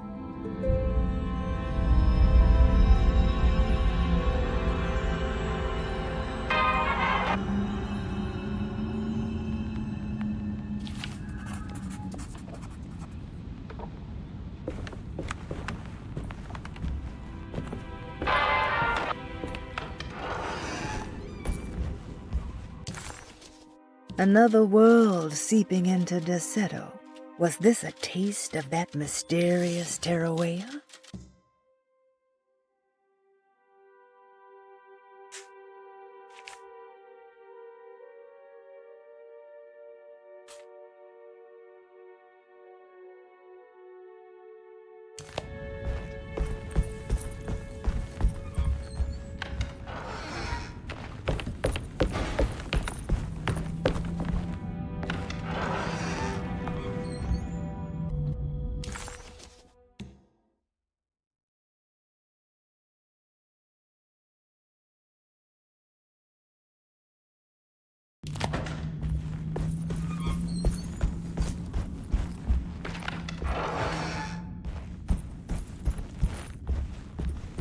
Here we go.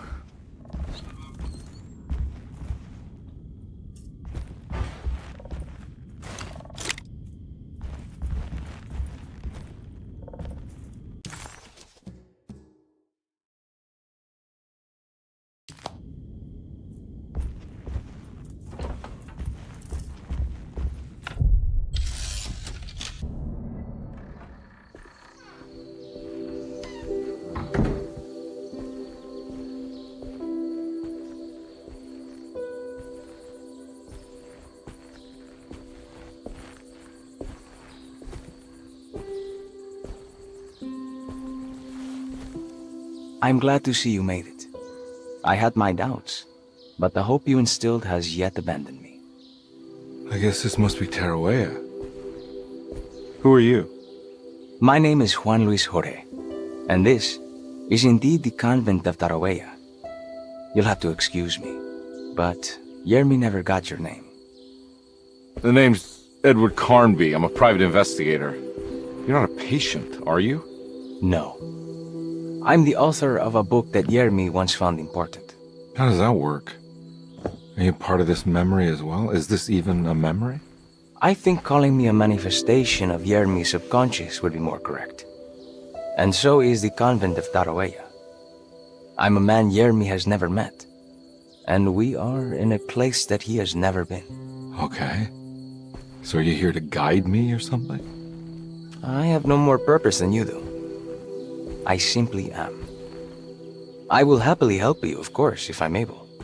If you are already somehow part of Jeremy, why did he want to come here? Isn't he sort of here already?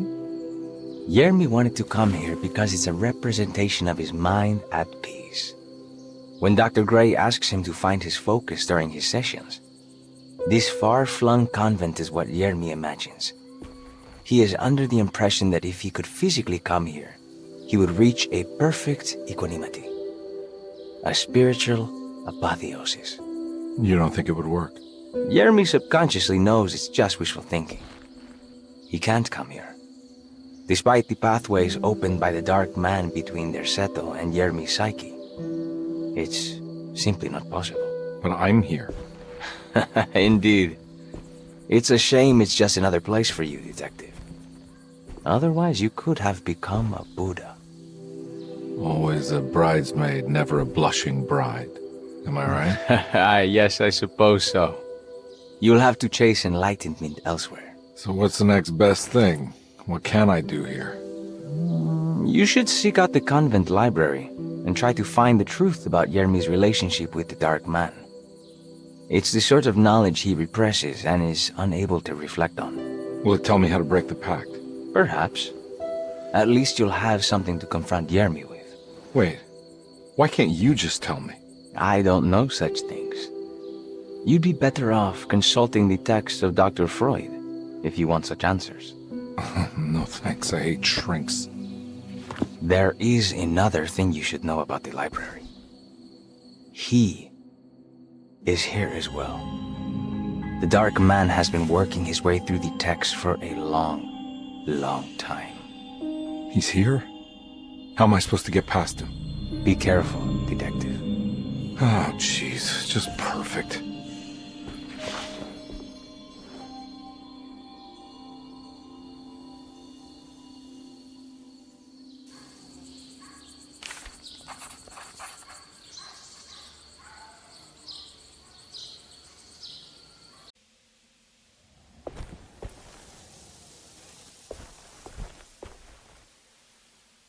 You have any advice on how to deal with the Dark Man? I suppose suppression could work. Try not to pay him any attention.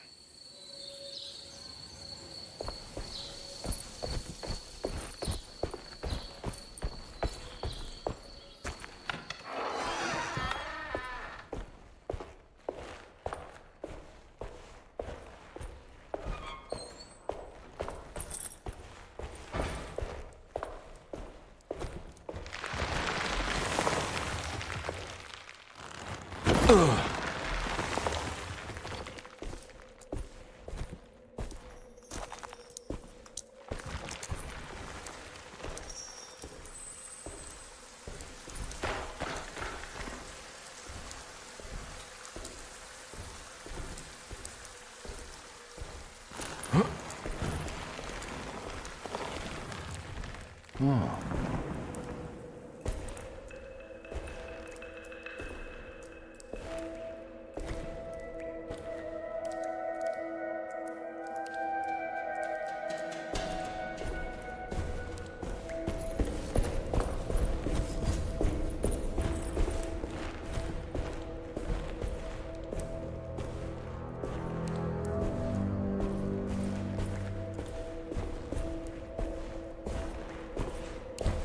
There's something missing.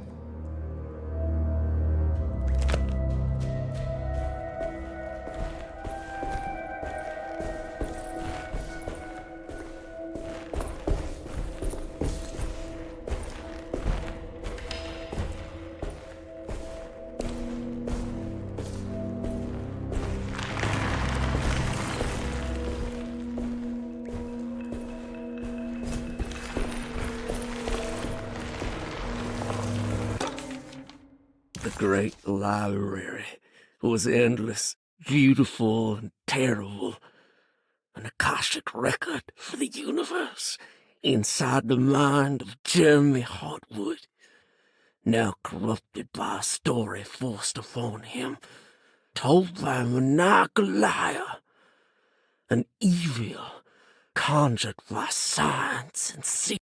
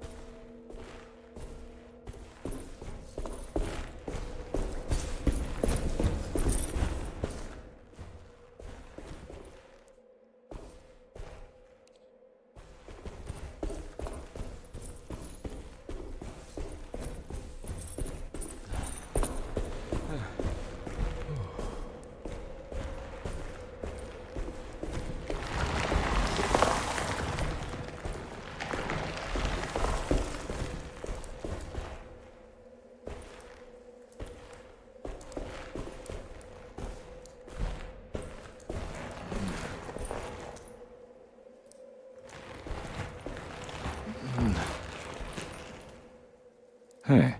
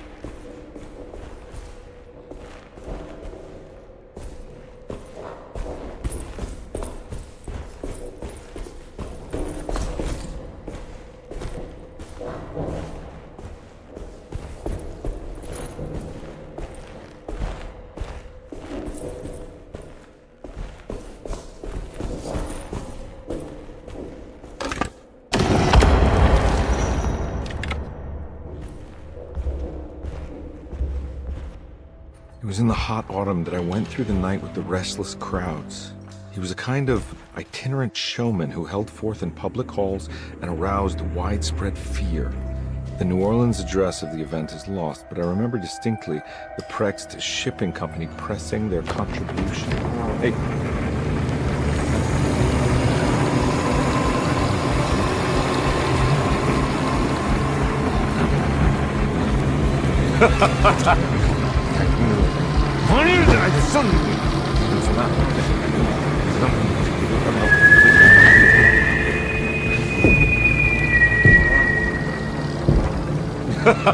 Detective!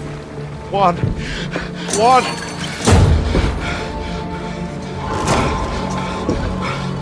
I hope you found what you were looking for. I fear there is no going back.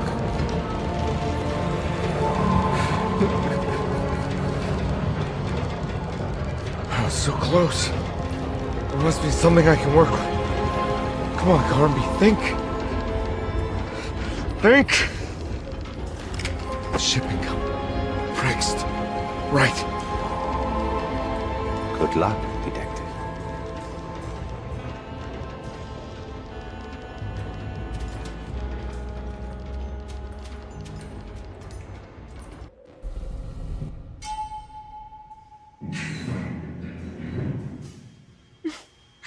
Well, thank God you're here, Detective. Sitting all alone in a place like this. I'd never live it down if the papers got wind of it. Hey. Ruth, right? Oh, don't pretend you don't know. I'm sure you have a whole file on me by now, Detective. I suppose we weren't formally introduced.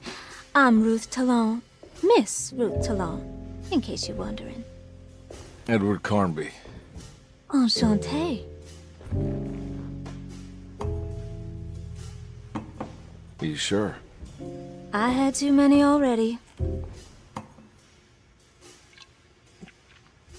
Nice.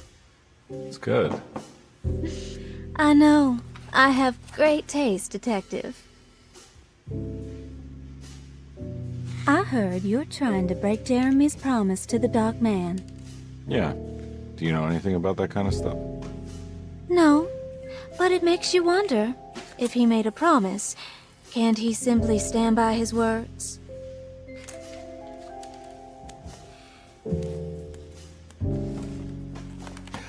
Look, I'm just trying to get Jeremy out of a bad deal, so he'll come back with us to New Orleans.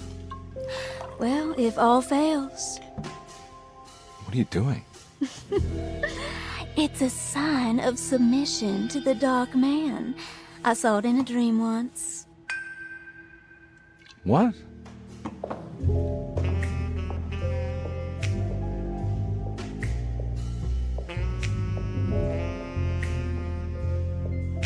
You don't know the Prext Shipping Company by any chance? I do. They made big money during the war. Their waterfront office is just over there. How did you do that? Do what, Detective? Bonne chance. Hey, have you seen Emily Hartwood anywhere? Are you trying to make me jealous, Detective? No, I haven't seen your doll anywhere.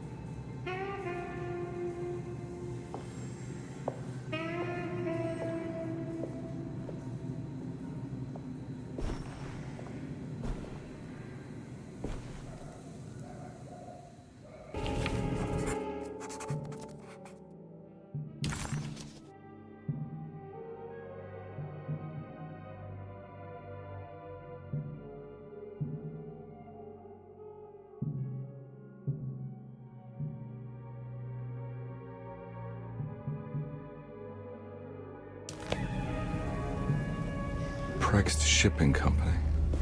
According to the book in Tarawea, the Dark Man is connected to a performance that Jeremy went to somewhere in New Orleans. I'm sure I can find the address inside.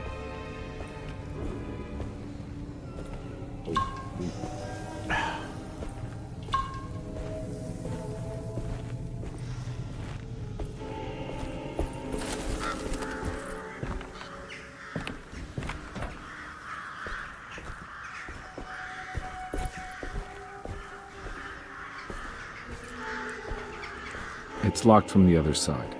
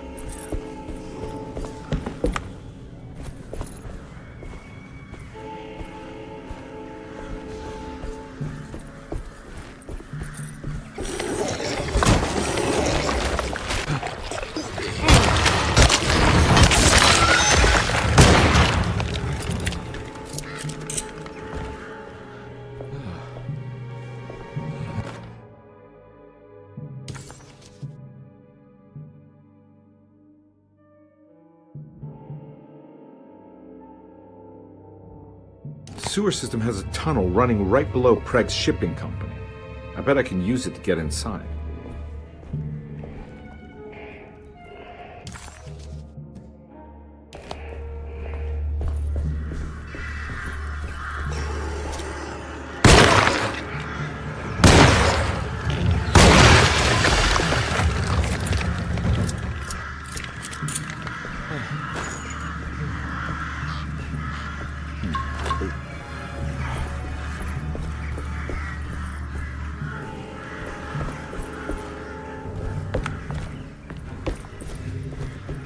No way I can get this out of the way with my bare hands. But if I get that crane going, that should do it.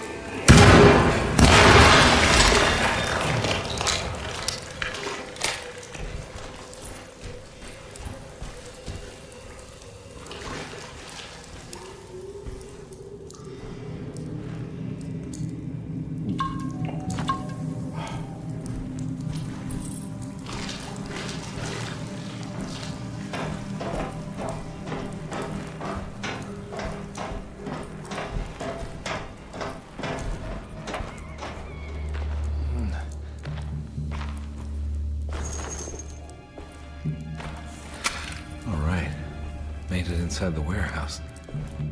The office must be upstairs.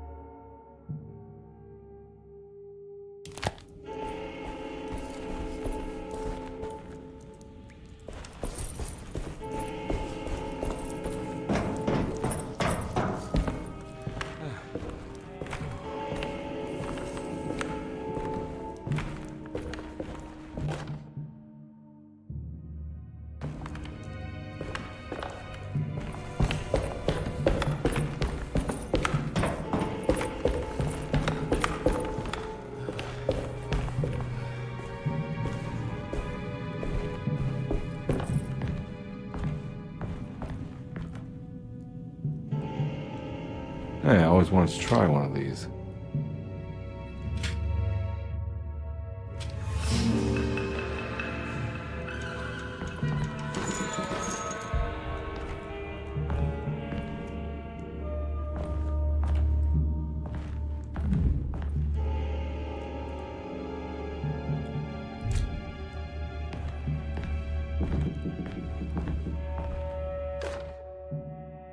Our ship was raided while in dock. All of his things were recovered, but blood was shed.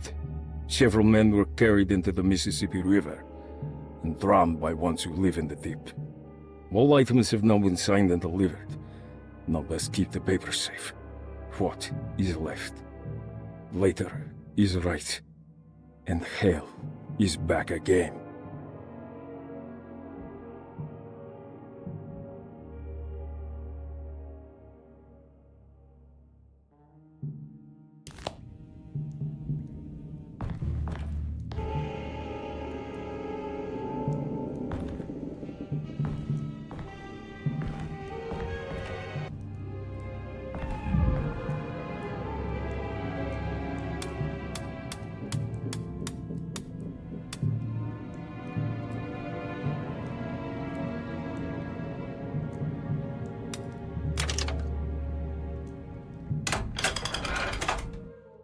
Cargo Manifesto, September 19th, 1892.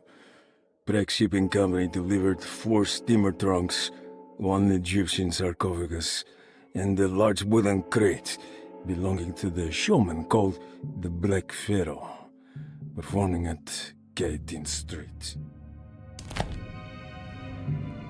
Here we go. The address where Jeremy first encountered the Dark Man.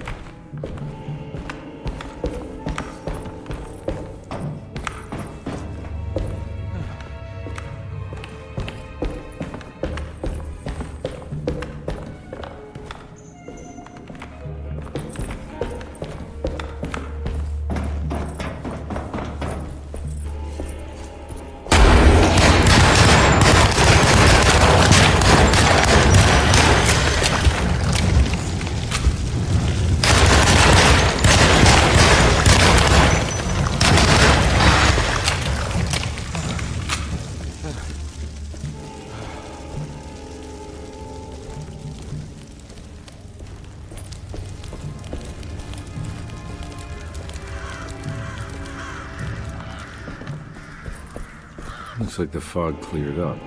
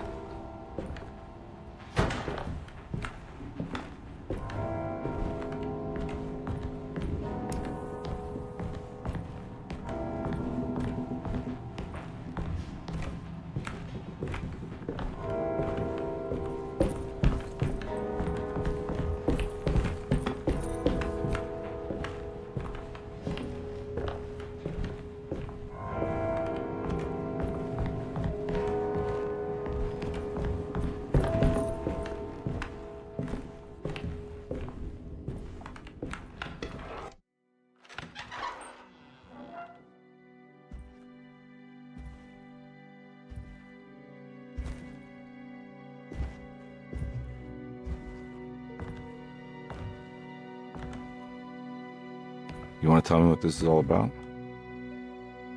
Welcome, Detective, to the greatest show this side of the Mississippi. Nyarlathotep, the Black Pharaoh, the ancient magician who lived 1,000 lives and wore 1,000 masks. I can see why you settled on calling him the Dark Man. Saves your breath. So, you got scared by a stage magician, and now he's living inside your head. You can mock me, Detective, but you would be the crazy one to think his presence can be ignored. Look where we are!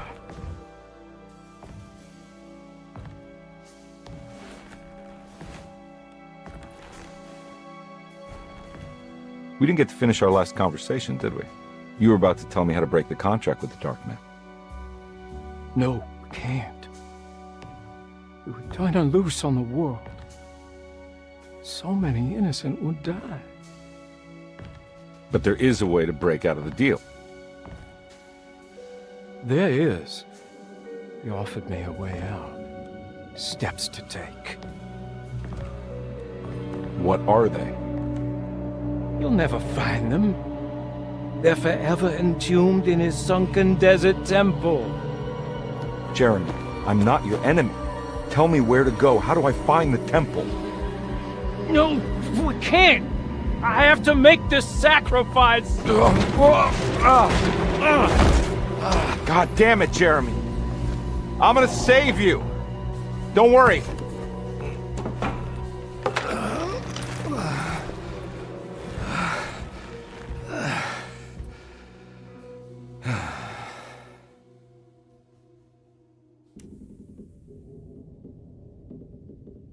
How do you save someone who doesn't want to be saved? Well, he's gonna get saved no matter what. I just need to find the temple somehow.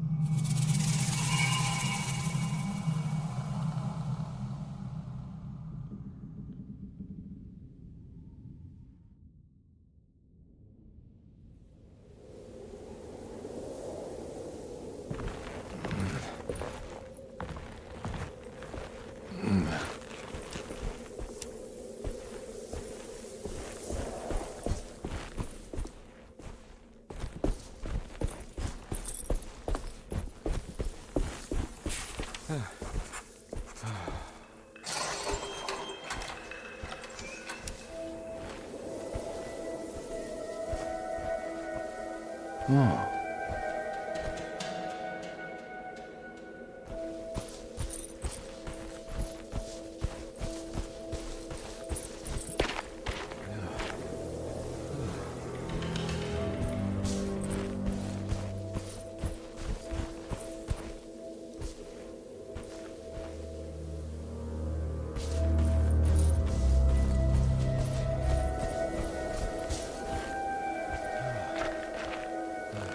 Ugh.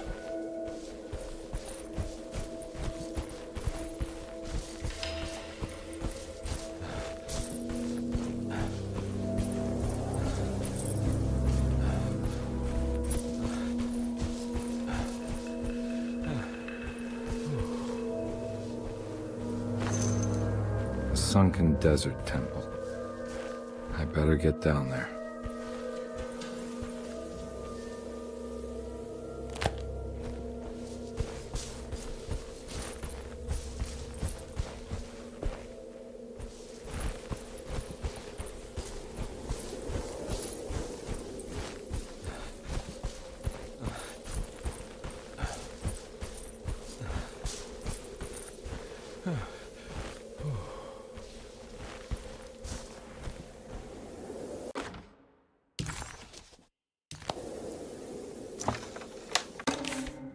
The temple of Nephron-Ka lies under our camp. Despite all efforts, that unholy site did not collapse, but sink beneath the sand. The pharaoh is long dead, his name meticulously stricken from all ancient writing. But that stage meant for blood and terror remains.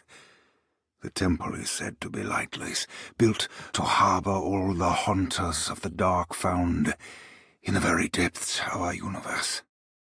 Calling on the gods meant creating a bridge between our world and theirs. The terrible Aldebaran of Taurus, the Black Sun, was seen as the most important star in the night sky.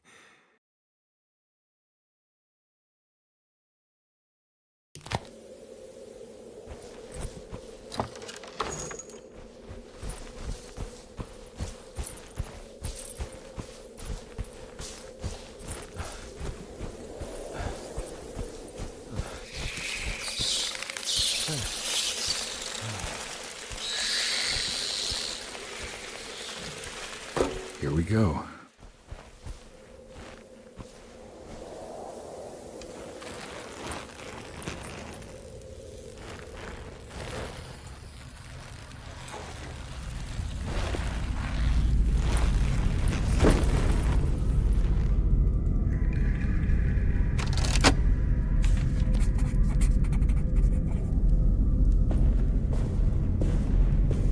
It's the star constellation from one of Jeremy's books. The Taurus. And one star's clearly bigger. Must be important.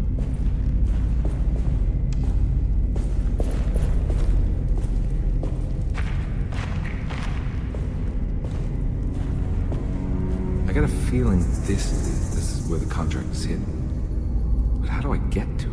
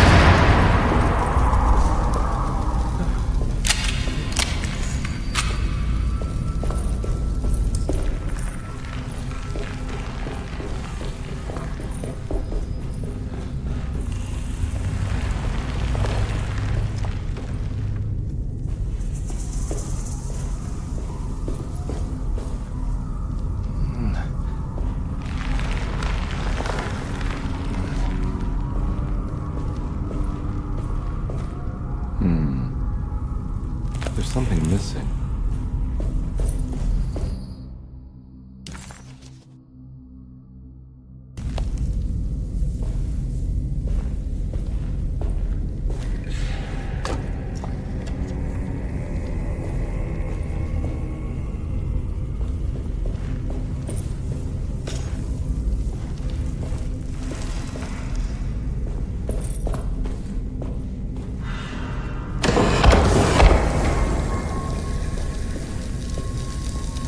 this operation.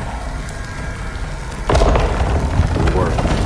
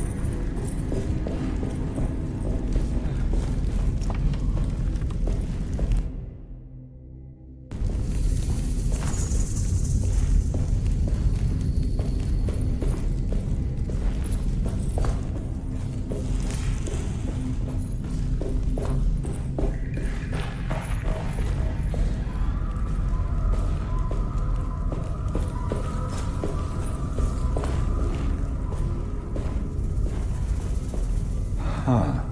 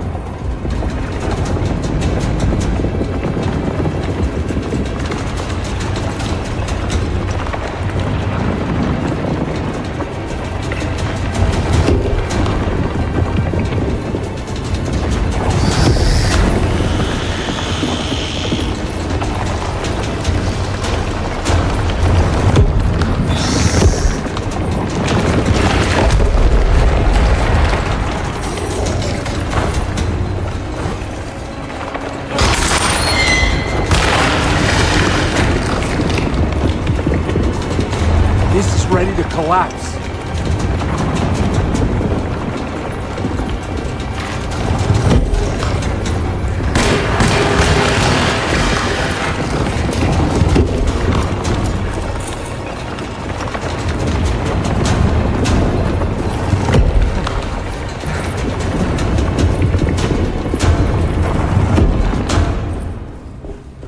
What is going on?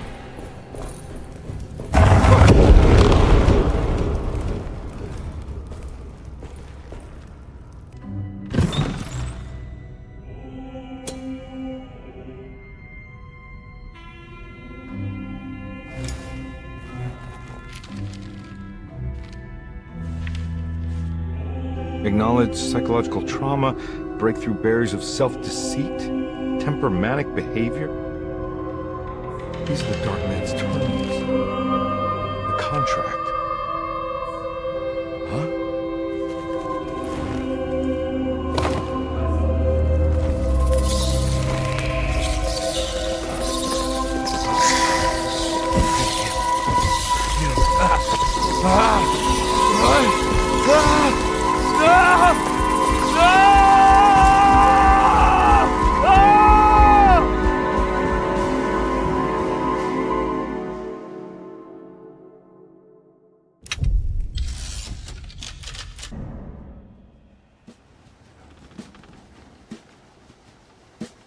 Hey.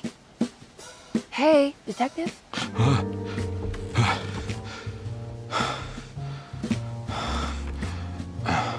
What are you doing?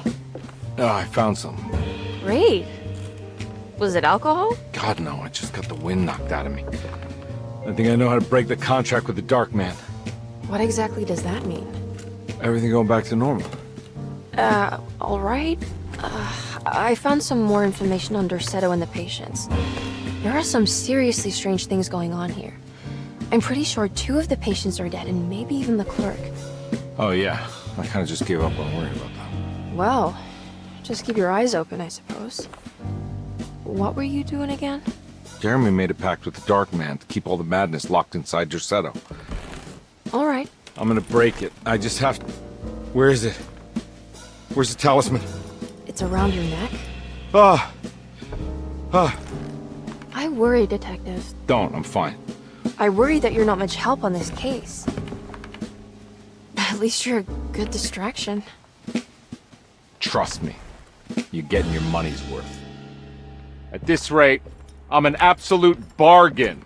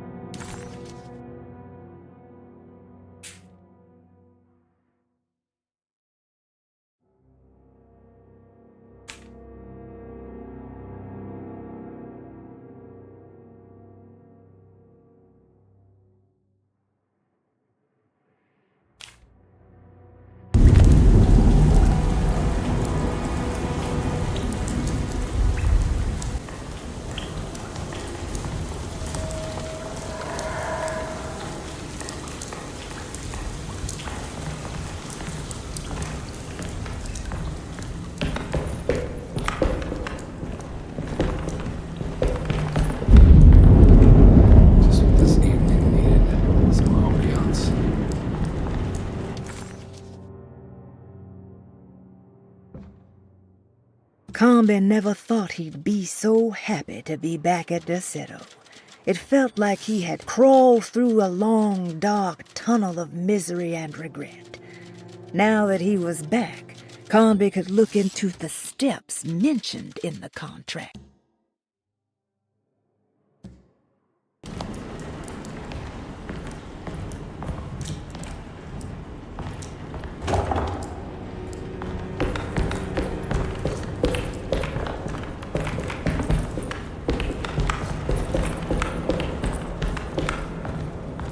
I need the key.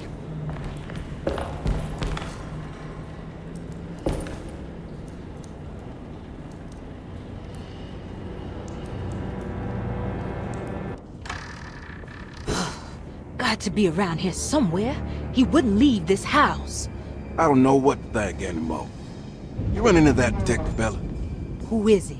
Can he be trusted? I think he one of the good guys. Well, you know, like us. Will he be all right with her coming? Praise the mother. You don't need to know about all that. Just help Jeremy. Just calm down. It ain't time yet. God, it hurts. As far as I can tell, Detective Carnby seems to be solving problems, not causing them. Just be ready in case he starts anything.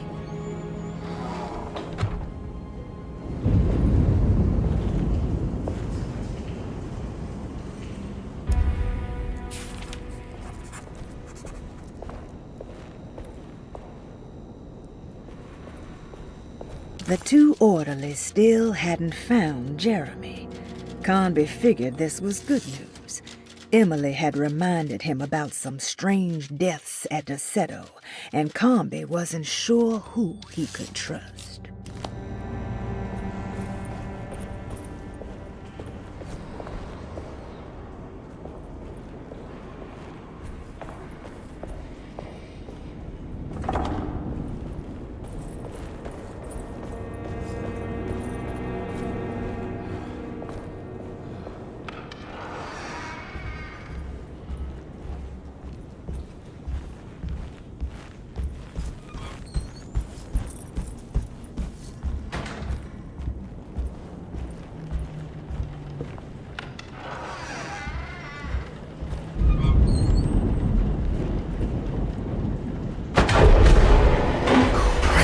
What the hell was that?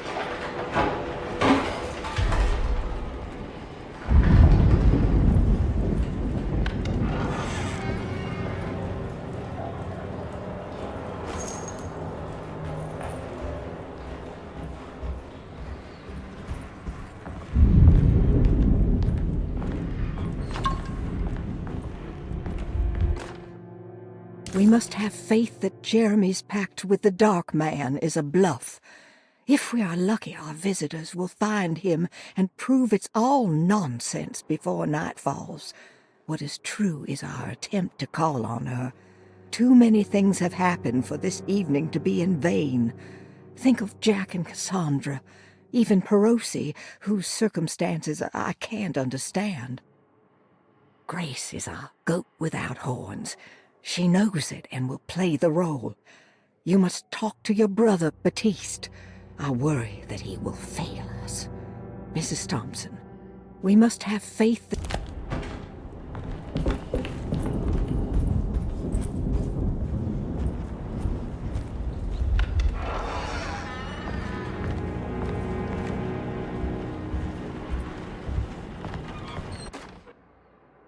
Lunacy and the Astarte Artist Colony, a monograph by Yael Klein. In early 1909, the old Derceto plantation outside of New Orleans was turned into an artist's colony. 3 famous European artists rented the house and the surrounding land from the owner, the Ledoux family.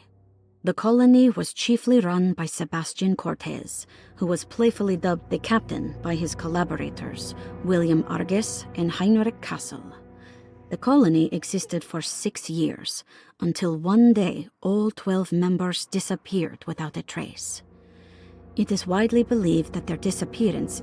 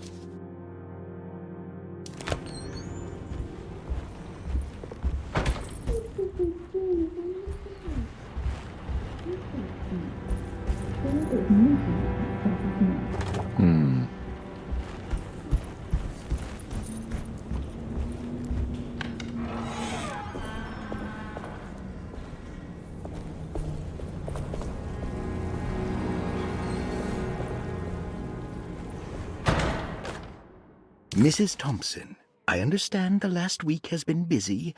Under these circumstances, I find it important to remind you that Derceto's concerns are not a public matter, nor is it something that should upset you. Please continue your excellent work, and don't spend a thought on the death of...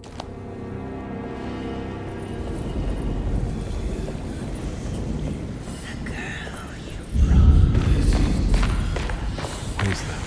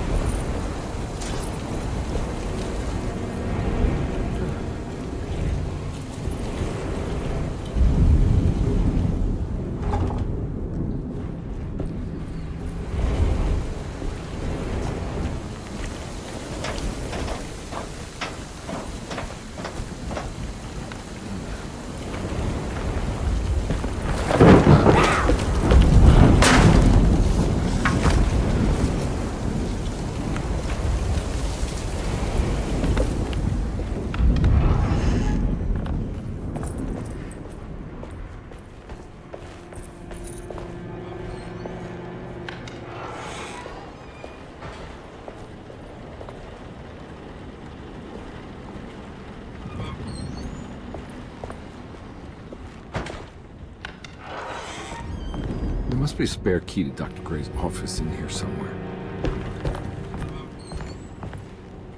I don't have the combination for this. But maybe Jeremy did.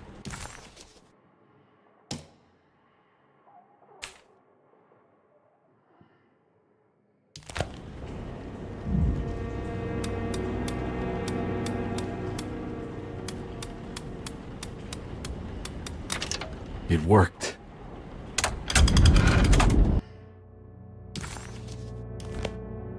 The last guest in the empty room suffered from severe maladaptation.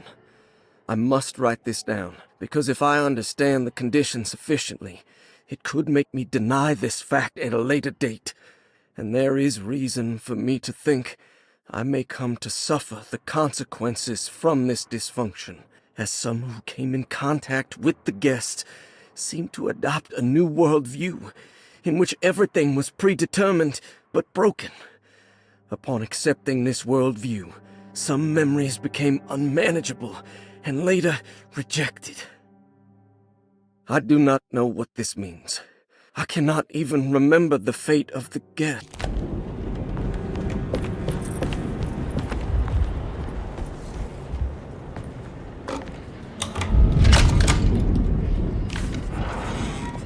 Dr. Gray's office, all to myself. Let's see if we can figure this guy out. I have finished tidying up Miss Beauregard's belongings. I will leave it to you to contact her agent and have them collect her things. I found one of Grace's drawings she might...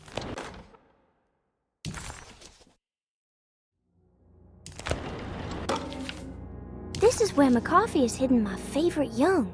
It's very important.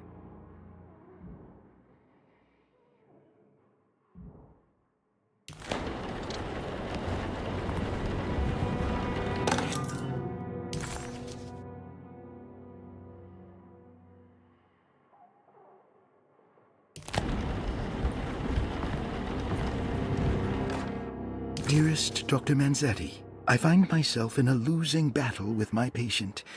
As I've disclosed in my previous letter, his delusions have him completely captured.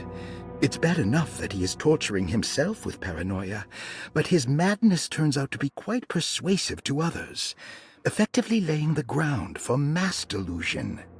I am writing to you in hope that you can give me some guidance. Beyond my ambition to avoid devastating surgery on my patient, I have grown worried about my own defenses. The words of my patient are deranged, yet they often resonate with something primitive within me. I have tried photographing his brain with X-rays. It was surprisingly difficult to get good results. Dark blotches on the plates kept obscuring all details. My patient looked at the bad plates and cried out in terror, telling me the dark areas was the shadow of the worm, eating him from inside. I could not see anything out of the ordinary.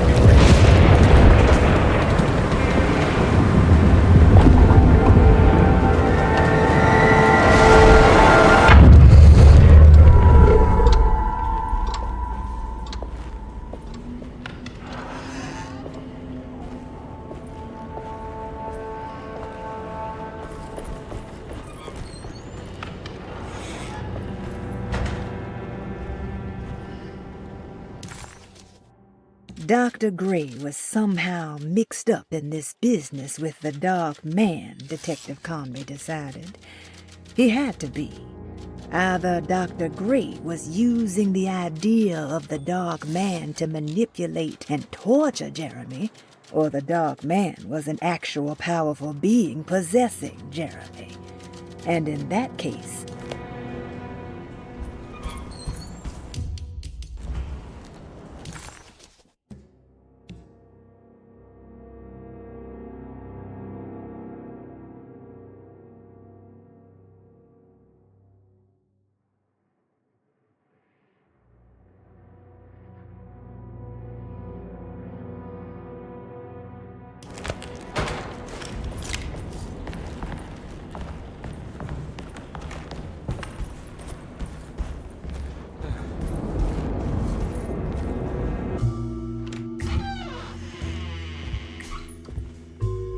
Detective Carnby.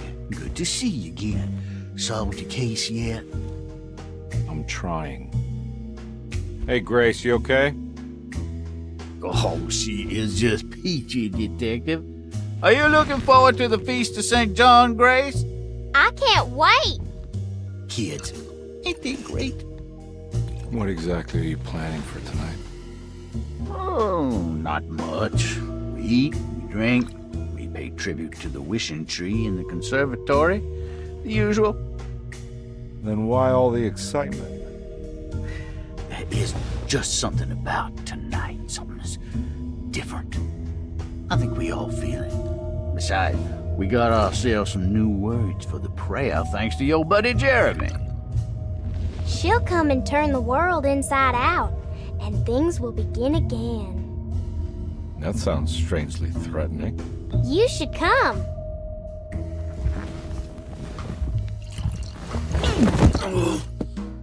God damn it, Grace. Stay put for once.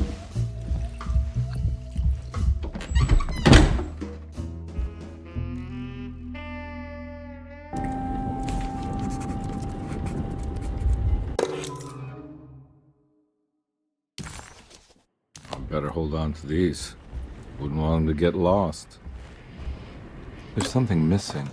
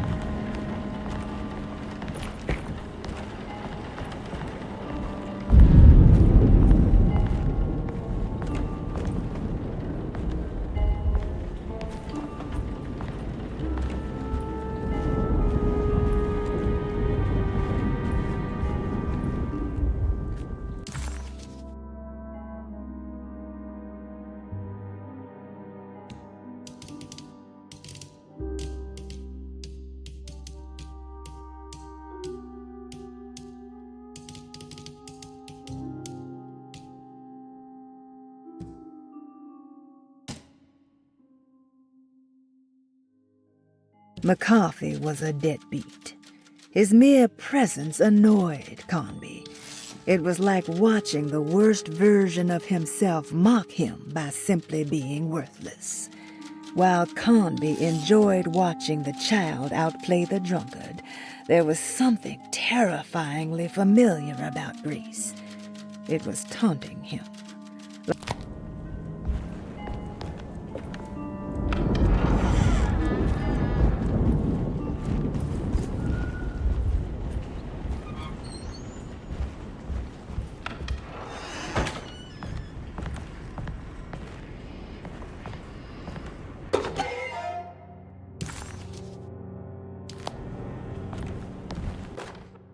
Jeremy knew that the only one who could help him now was the guest in room number 3.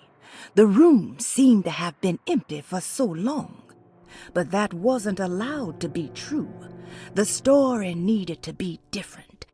To include something from the outside, he would bring the guest back to room 3 and show them what was in that safe. 913. But those were not the right numbers. That was the combination for the safe in the clerk's office.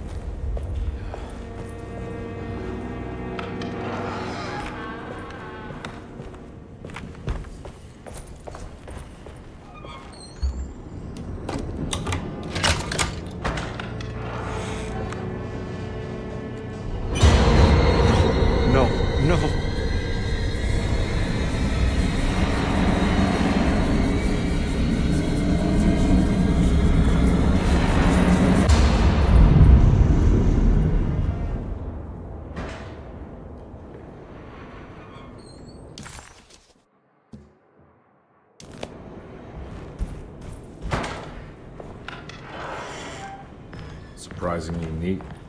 Maybe I've been selling that old barfly short.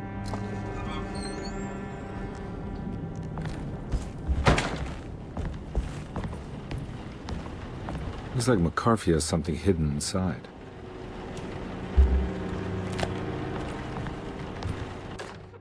Sometimes, I think this place makes me worse. That Derceto might be my grave. A call.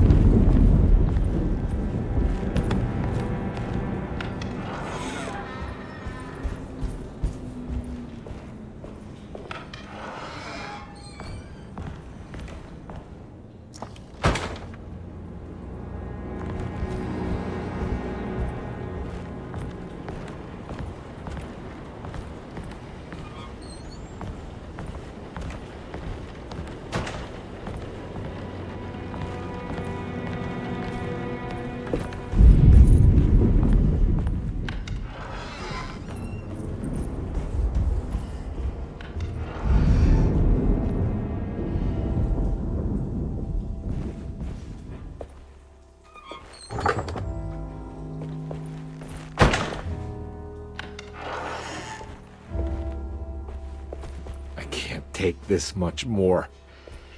This has to end.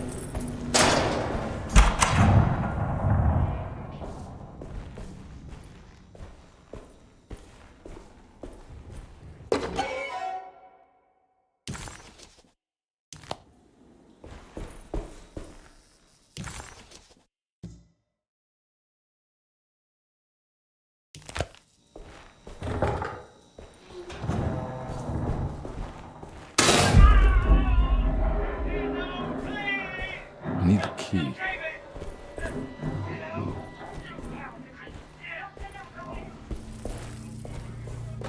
Radiography.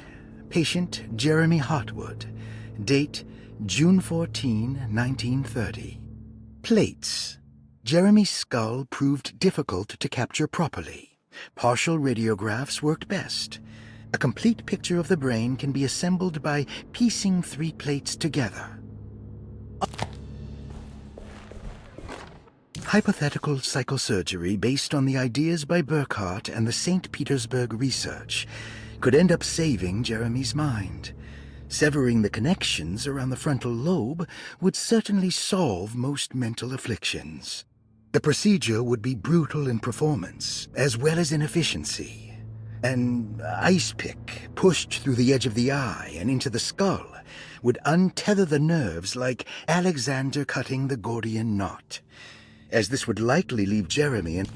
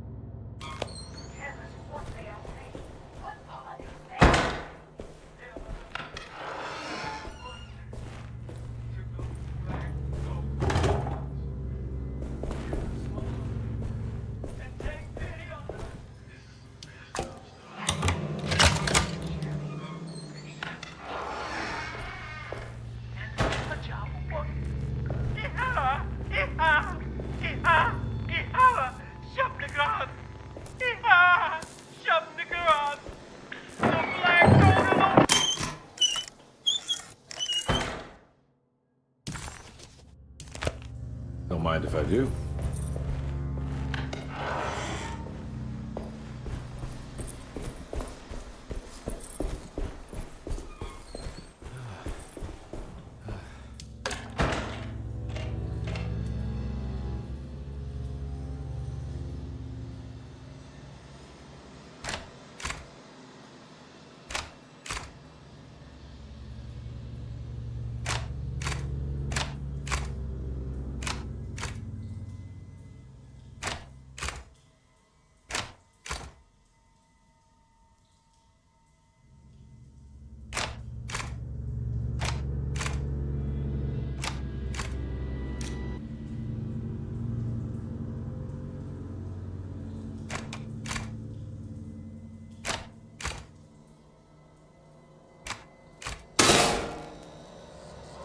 That's better.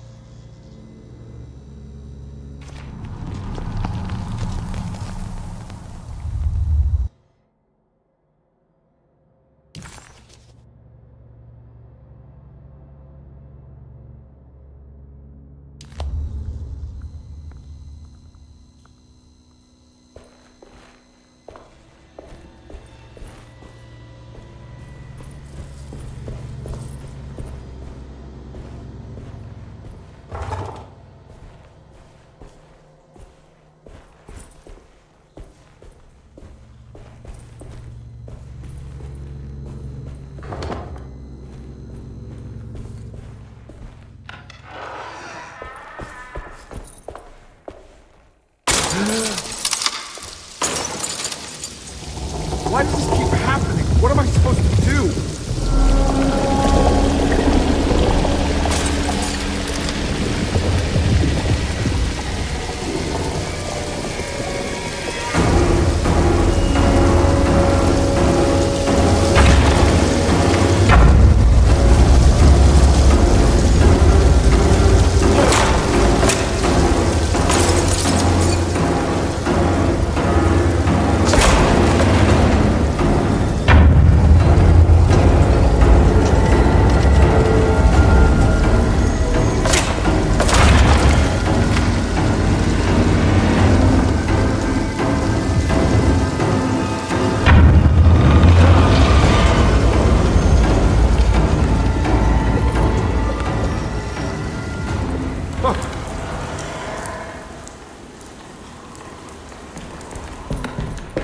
And we're back here.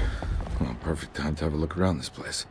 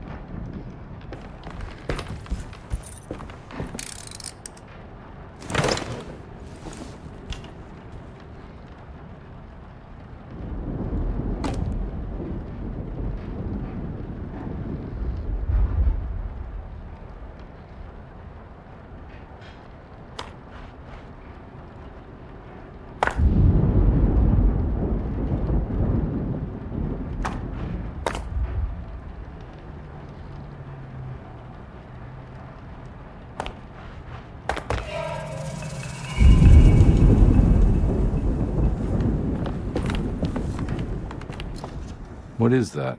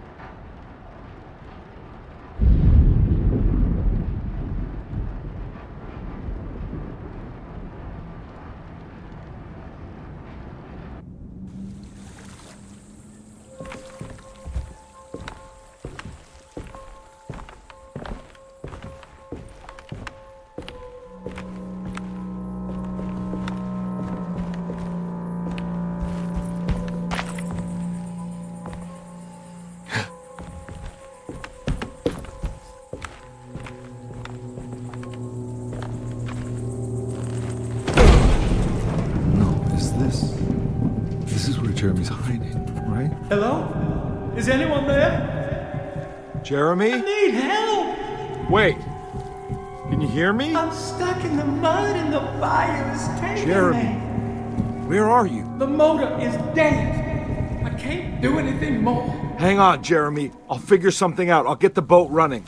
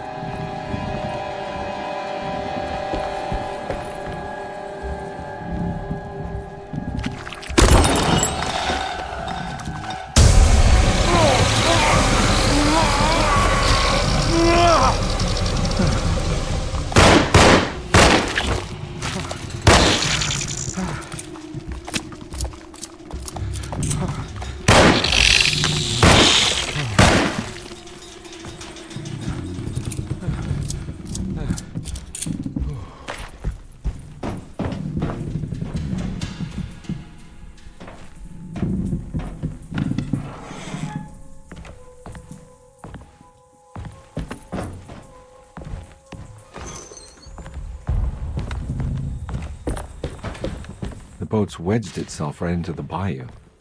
If I get the motor started, I could try reversing back into the river.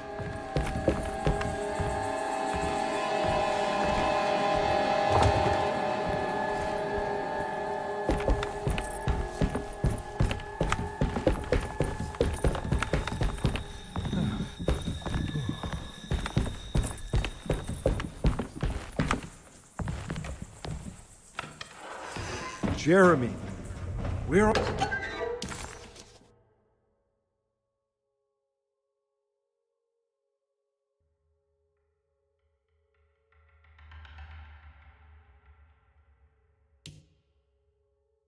are you?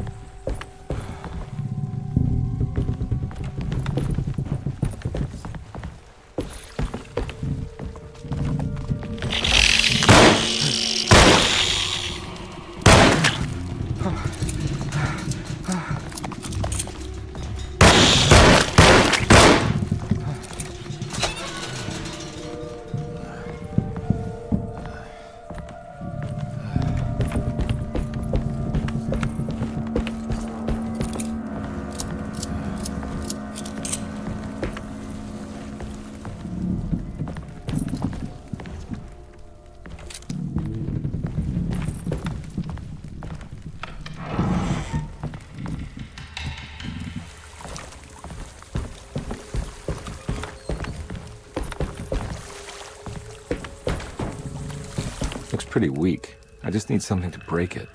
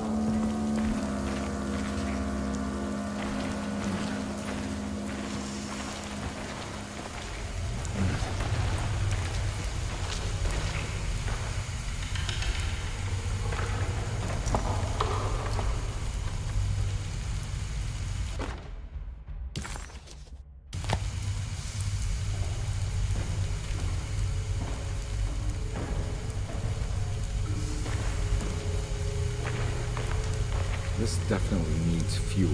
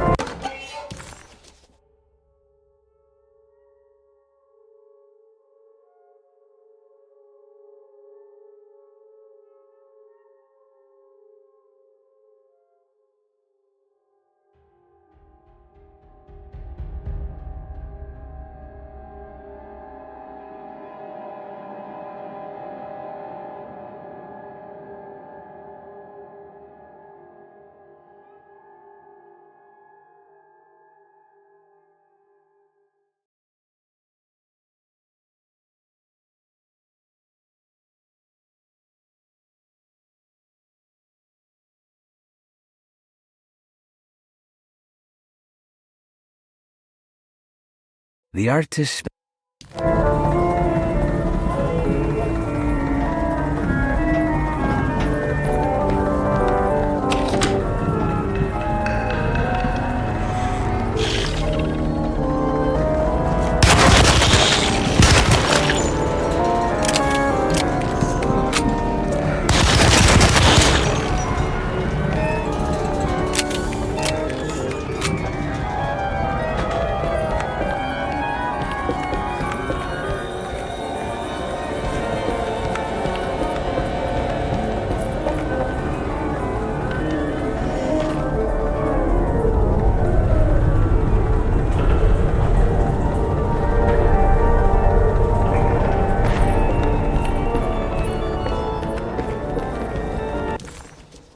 Jeremy was calling out for help, but Carnby couldn't figure out where the voice was coming from.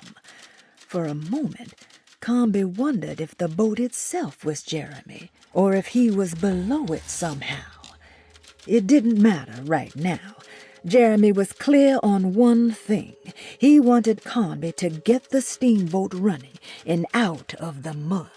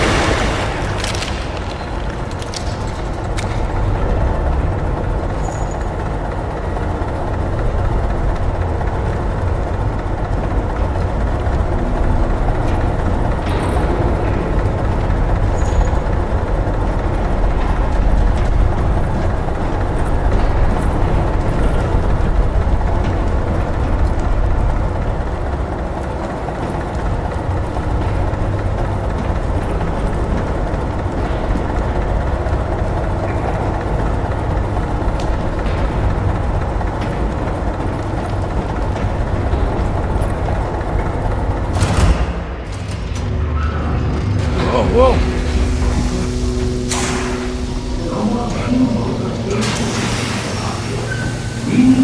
I'll try. Are you ready to tell me what happened in the attic? I put a rope around my neck, and then I strangled all life from my body. Are you under the impression that you died? Yes. No. I was supposed to die. What does that mean? That you were supposed to die? I'm the catalyst. I had to die to make the story happen. What story? What are you referring to, Jeremy? 30 years ago, Frederic needed me to die. You're not making any sense, Jeremy. Come back. Find your focus. Hey! I cheated everyone. I didn't play my part. Hey! I escaped my doom. My destiny. Again, find your focus. Hey, I'm right here. What the hell is going on? Now everything is wrong. Nothing is in place. Hey! I'm right here! Calm down, Mr. Carnby. What do you want? Were you not talking to Jeremy right now? I haven't seen Jeremy all day. Are you all right, Detective? No. Actually, I don't think so. Well, maybe. I'm gonna go look for Jeremy. Good. Let me know if you find him.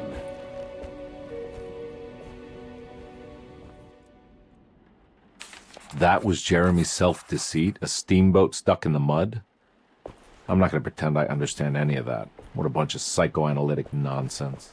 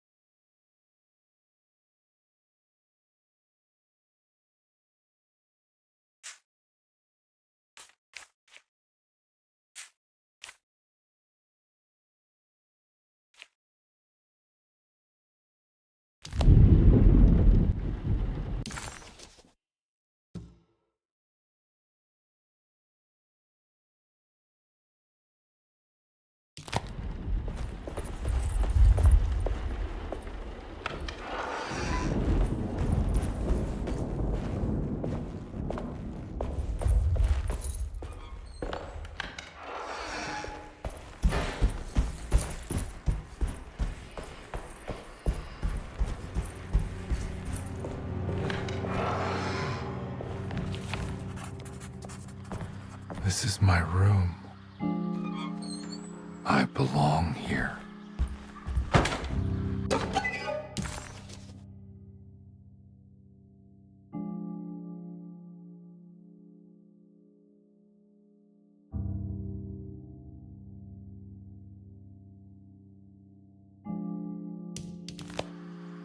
I recognize this view.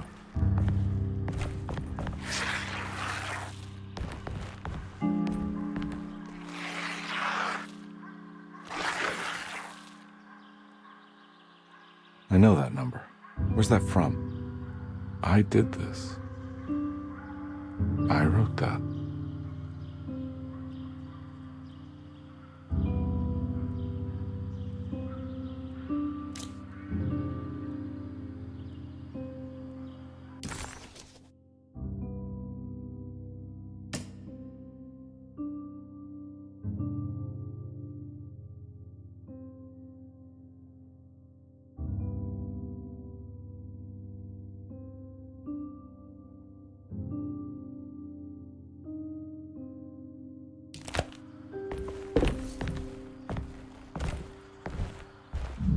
I know the combination. I carry it with me.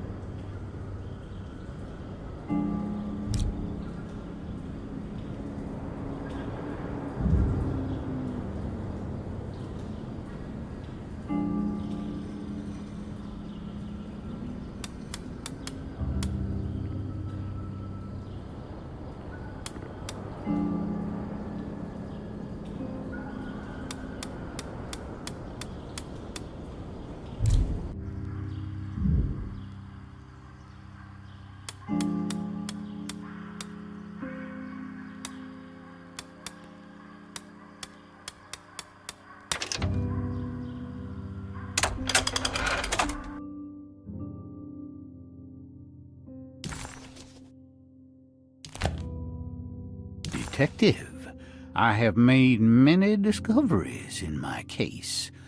The child we want is safe, thanks to good people like me and you. We're so similar, but you don't see all the things I do. To find your man, Jeremy, you also need to look for the girl. It has always been that way. The young deliver us all. You should have a look in my room. There's a piece of the puzzle you will need. Take care now. My coffee. How long have I been here?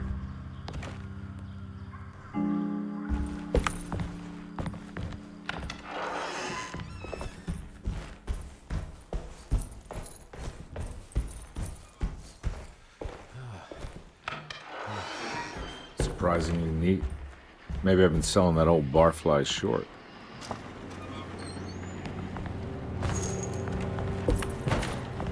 Looks like McCarthy has something hidden inside.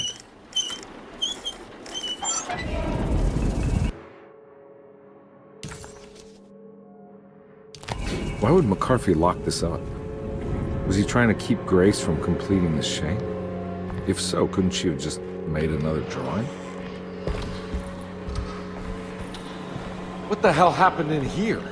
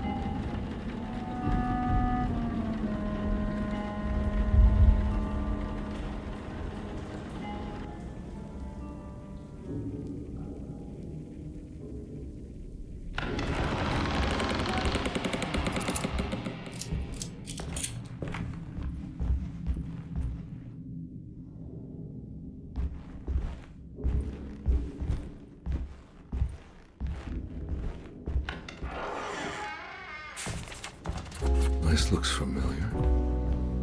How am I back at the office? Jeremy's never been here.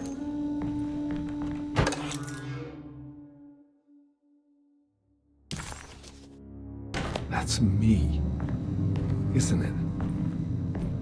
How long had it been since I drowned myself in...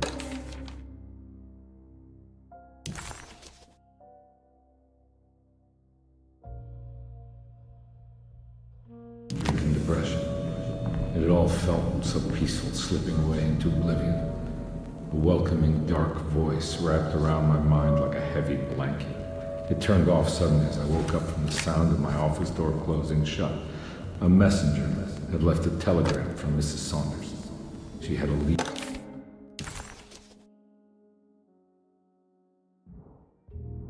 Where to find her husband and her kidnapped daughter.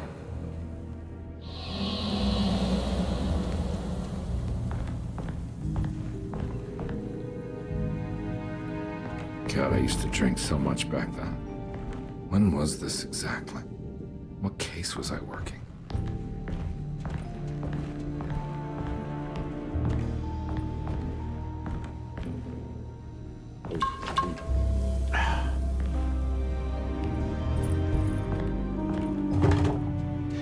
I think I need to figure out where I'm going first.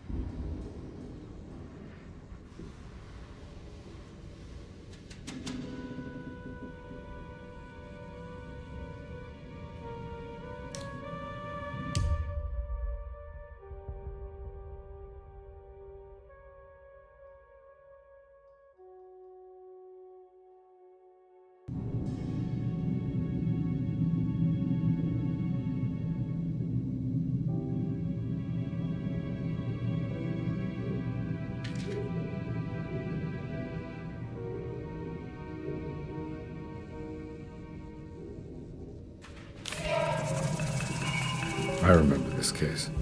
Some kid got taken by her father, headed out of state, but he had made a mistake by selling a painting that his wife actually cared about to a collector named Thornhill to fund his venture. That's how I tracked him down. At least I think so.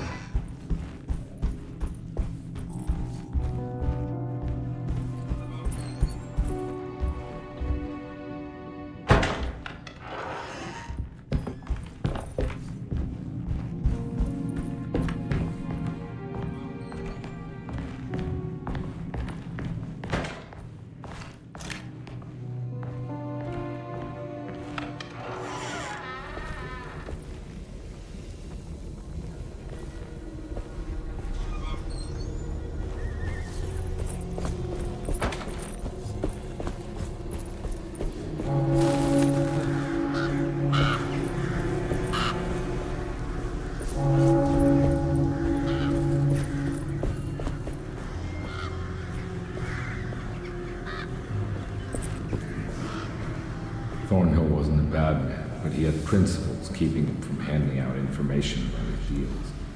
So it needed some convincing.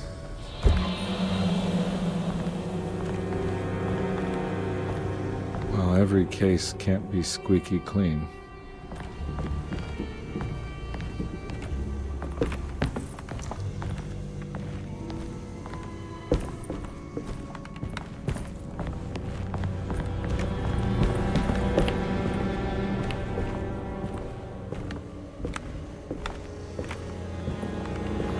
Mr. Saunders had sold a valuable painting to Thornhill, hoping the money would carry him to wherever he was going. The painting, now leaning on an easel in Thornhill's bedroom, had a certain mesmerizing gloom that seemed to call out to me, telling me I was needed for something important. I felt myself falling into the painting, only being brought back by Thornhill, thrusting an address to a Hotel St. George into my hand, and asking me to get the hell out.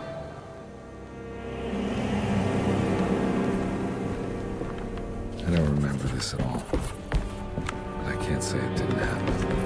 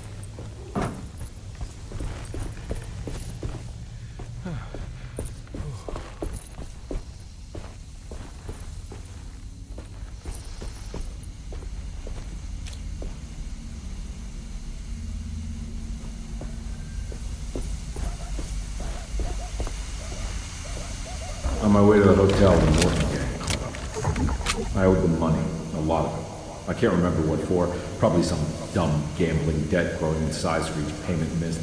I punched one of them out, and I sent the others packing. It was a stupid move. They'd be back.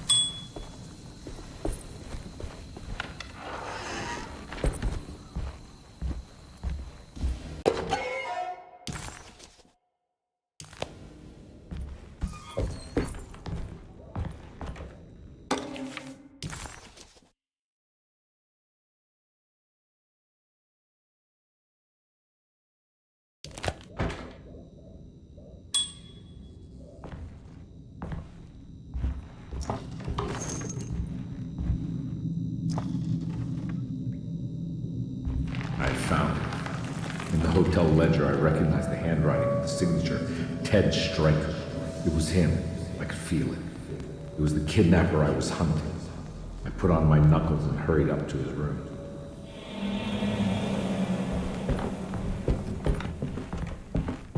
Something about that name, Ted Stryker, rings a bell. Feels vaguely familiar.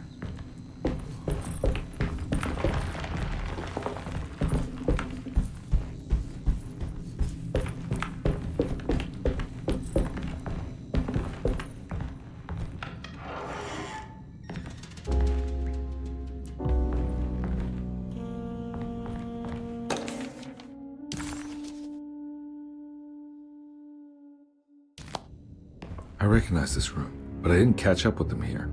I must have followed them. But where?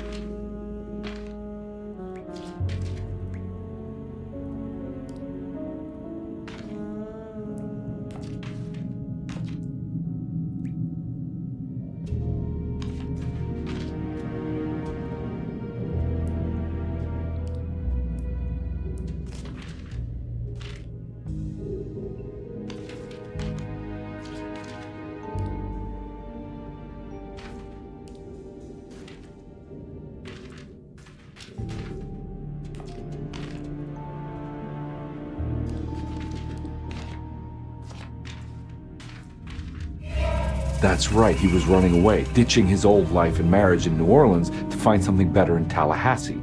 And he took his daughter with him against the will of the mother. That's why she hired me. But I stopped him. I caught up with him at the Pearl River Bridge.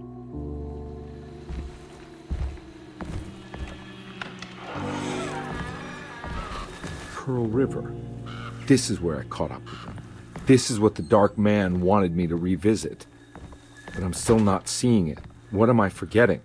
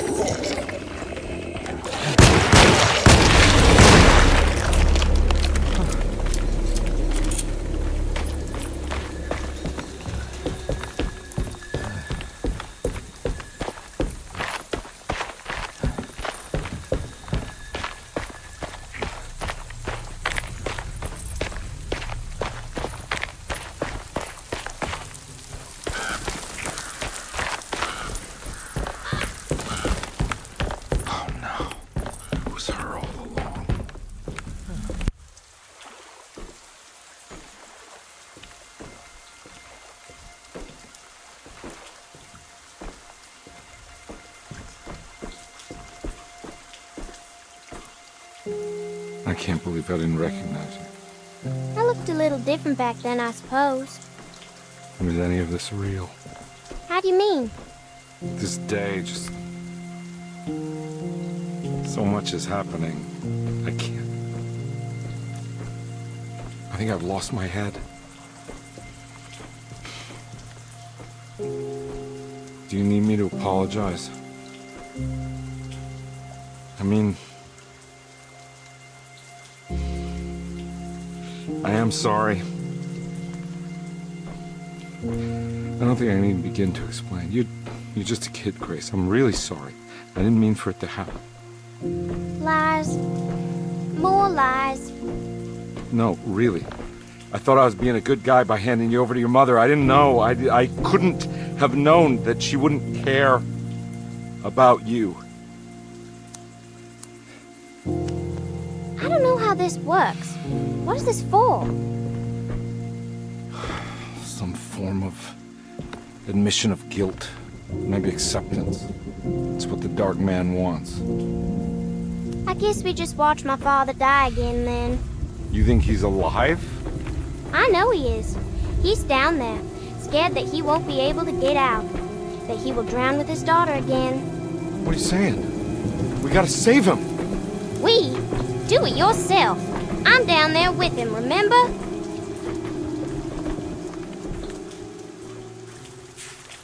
Can I really save them? This all happened so long ago. I have to find a way to get down there. I have to see it with... There must be a way to save you both, right? Why else would I be here? Maybe the Dark Man just likes it when you suffer. There was a boat...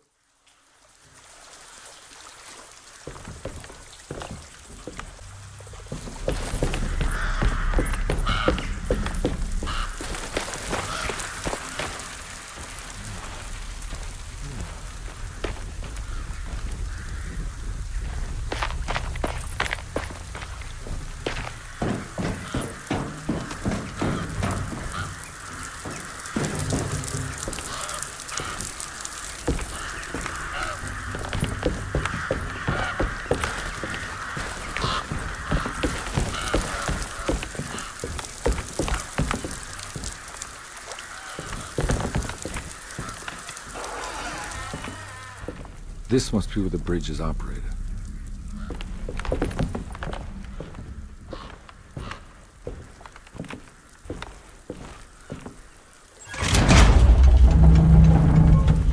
Nothing's happening. It's like something's holding it back.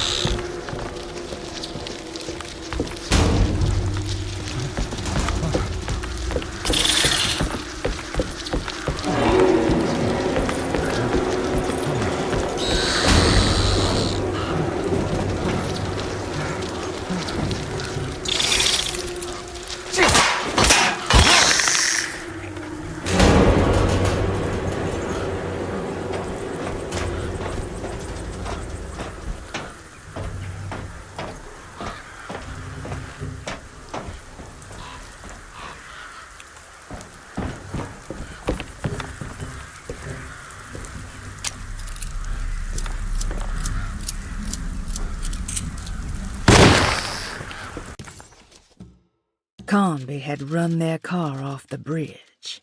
He pulled Grace out of the sinking car, but left her father to drown. He could have saved him. There was time. He just chose not to.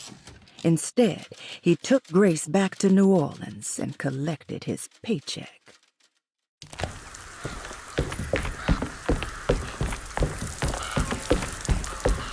Where did she go? I really hope she didn't jump.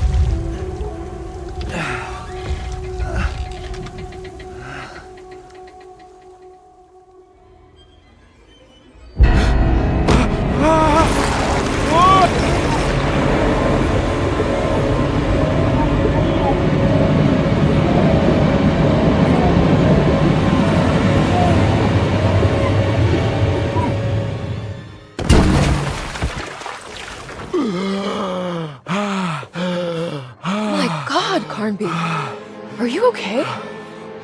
Don't leave me alone. What the hell have you been doing? What's going on here? Look at this mess! I'm sorry, Mrs. Thompson. Don't make me kick you out of this house! Now get out!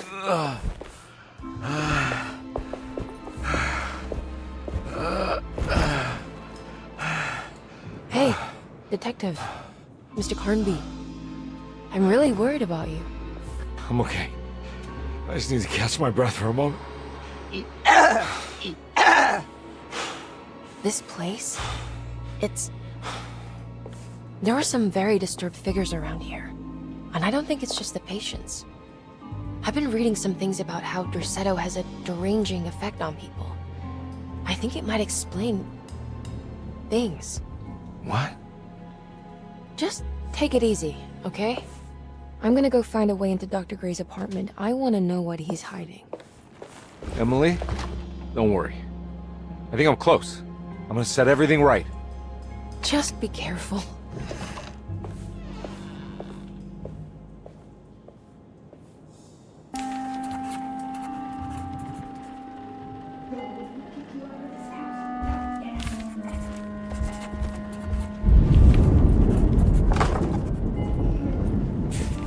I'm not going in there. She's clearly had enough of me.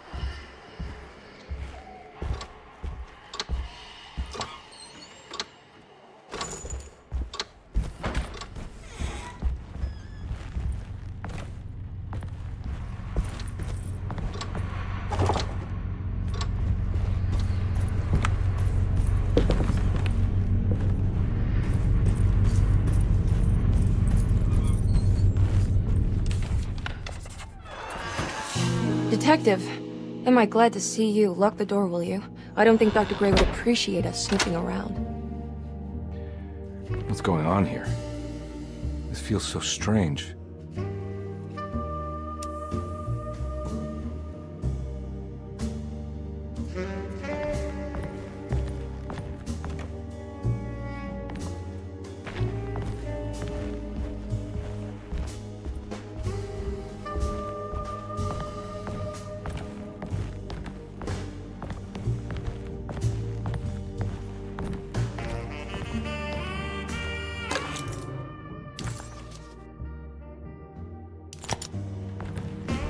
There's a book missing. What did you do? I was just rearranging the books. Well, come on, let's check it out.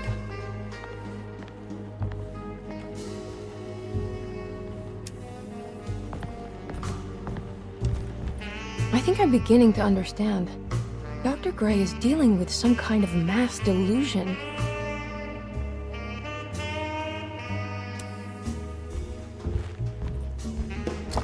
That mark on the floor looks like talisman positions, but from which direction should I look at? Good to finally meet you, Mr. Hartwood. I'm here on the behalf of your brother Philip. You were expecting me, weren't you? Yes. You're from Deseto, no? That's right. I just wanted to ask you a few questions to see if there is anything I can do to help you and your family. Okay. I understand you're full of imagination. You make up a lot of things. I suppose. And you obsess over them, blurring reality and fiction. Sometimes. Do you want to tell me about the dark...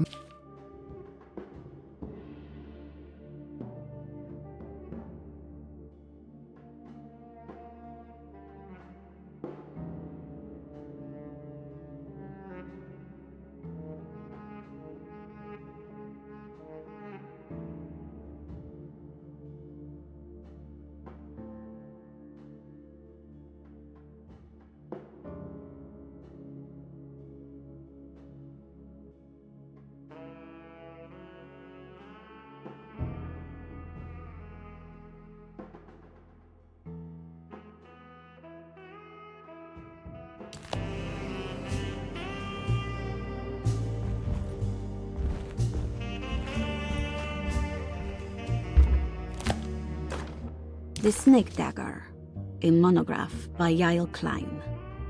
In Ludwig Prin's book on pagan rituals called The Mystery of the Grave, as translated by Nicholas Vachy, there are several references to a sacrificial dagger called the Snake Dagger. It has long been thought of as a poor translation of the original text, that it would be more appropriate with worm dagger from the Latin vermis cultrum. This seems natural following the recent consensus that the original title of Prin's book, De Vermis Mysteris, should literally translate to the mystery of the worm. However, this would take away from Vachy's great effort at translating the underlying meaning of the words and revealing several cultural beliefs. While Prin certainly was using the term worm as a symbol or synecdoche for death and the dead, which is made clear by the contents of the book, in the case of the dagger, we shouldn't be too hasty to dismiss his translation. Reading through Vachy's correspondence with his patron, it appears that he had more than just the Latin text at his disposal. Vachy had dug up Prin's living relatives and uncovered several cross-referenced historical texts and an actual snake dagger. The dagger was dated to the early Middle Kingdom of Egypt and had such a clear shape of a wave that Vachy considered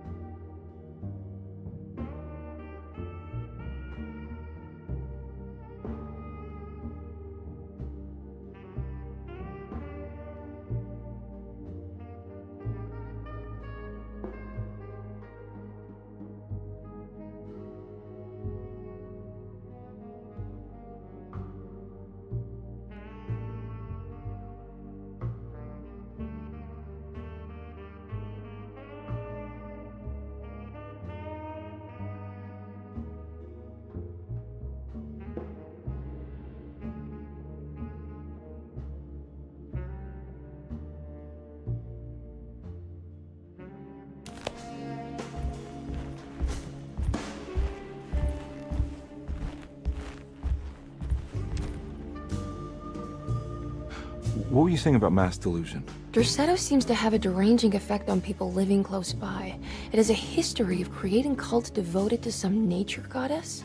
Even the name Derceto refers to the cult existing here before the Civil War. Derceto was the name of an ancient fertility goddess worshipped in Syria. Dr. Gray and his friends, however, seem to prefer the black goat of the woods with 1,000 young, or Shub-Nigroth. And that name can only have come from my uncle's twisted mind.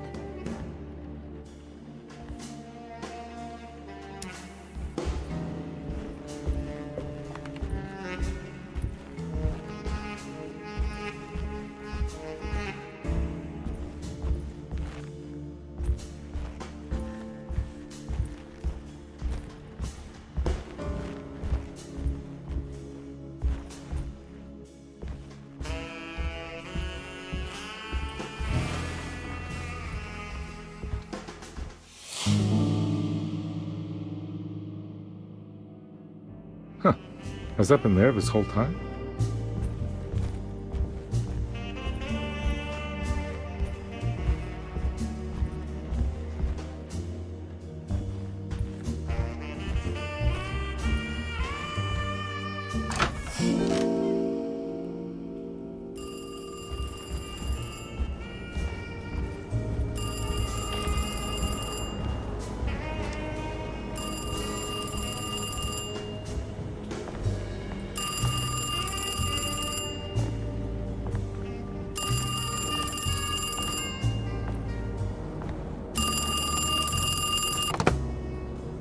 Hello? Detective Carnby? Who is this? Jeremy? Jeremy is with the Dark Man. You can't save him. Well, I've done everything you wanted so far, and there's just one more thing on the list. I expect him to keep his promise and return Jeremy unharmed. Get out, Detective, while you still can.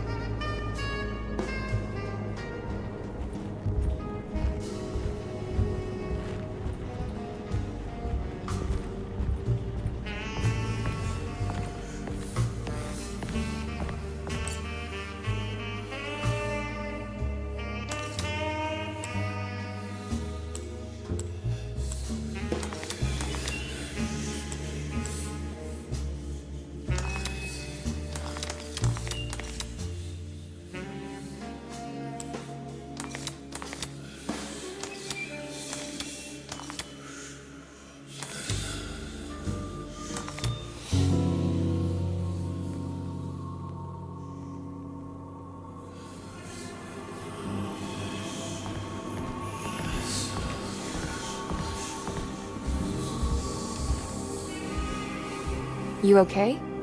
You look a little frazzled. Just stupid telephone. I know. I tried calling the police earlier. The telephone is completely dead. It's not... Yeah, no, the telephone isn't working.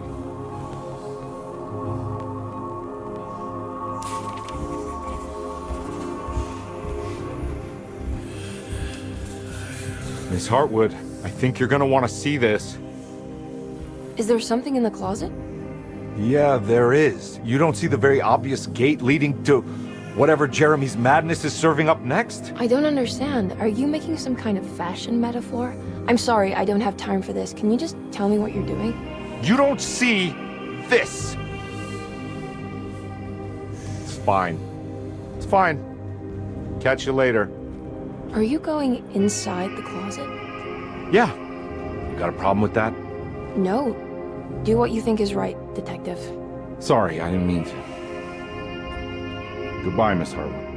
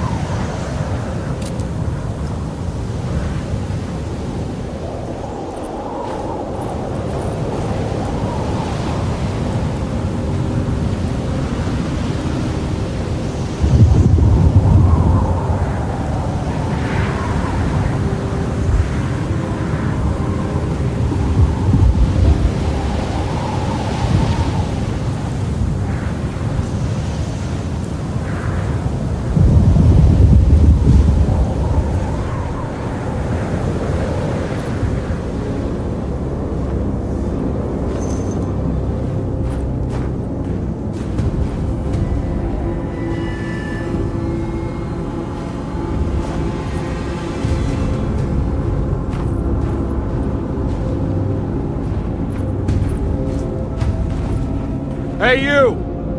What are you doing here? What is this place? Turn back, Detective. You're not wanted here.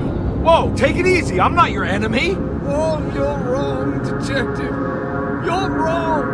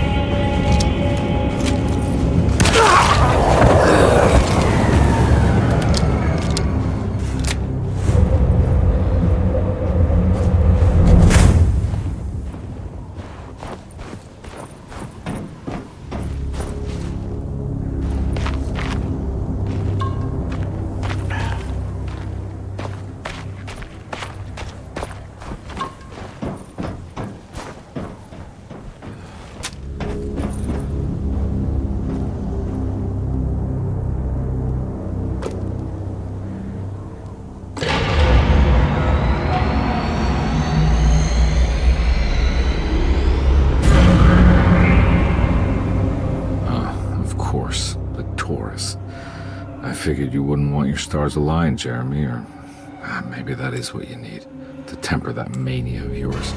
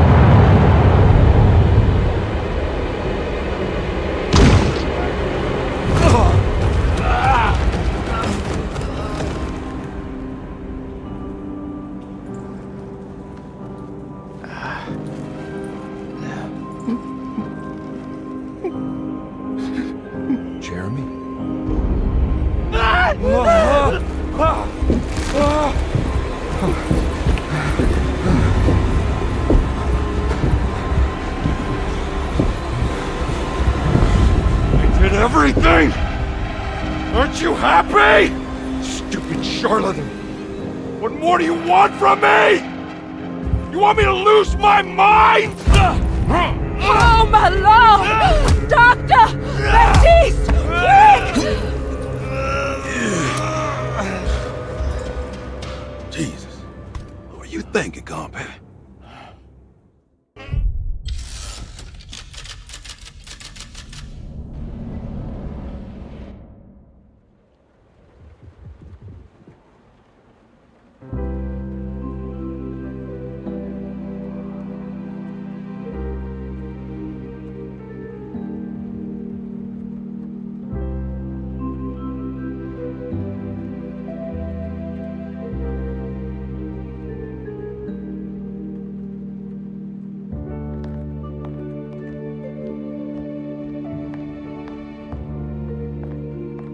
You awake? You are awake. Mr. Carnby's up. Hey, buddy! I thought you'd be knocked out for the rest of the night. Come on out and join us, will you? I'll save you some gumbo. Good to have you back. You gave us all a good scare. What happened? You had a psychological breakdown. Sorry for manhandling you, but you were being violent, you see. You stabbed Jeremy and then punched Dr. Gray. Are they okay? Jeremy's a little strange, but everything's back to normal. Really? All thanks to you, Carnby. You want to try standing up?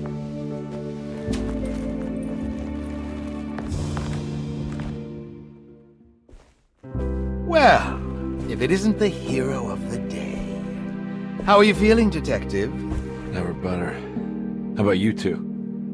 Hey, Jeremy, I didn't do too much damage, did I? Things are fine. Very quiet. What's up with him? Painkillers? No.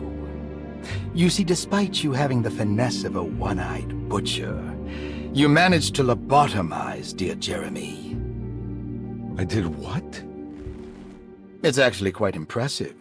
It's not like I hadn't considered it myself. I just wish Jeremy could have been helped without reducing his personality to that of an oyster. But he's gonna live. Of course. As long as someone keeps feeding him, he'll outlive the best of us.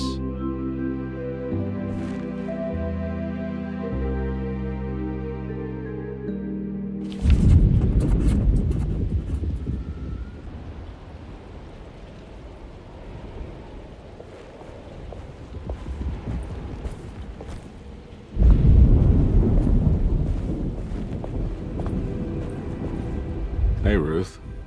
Glad to see you made it back to Derceto. You too, Detective. Make sure to stay for the festivities. It's no Mardi Gras, but it ain't bad.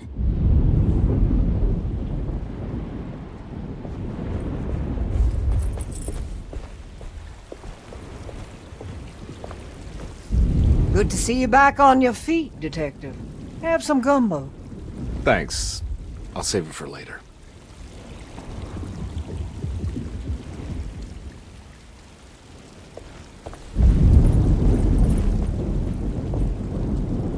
What are you looking for? Just keeping an eye out for the storm.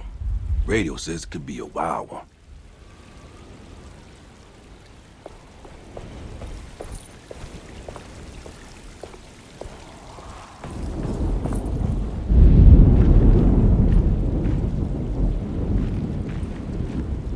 Hey, kid. What are you up to? Preparing for the ceremony. I don't want to disappoint Mother.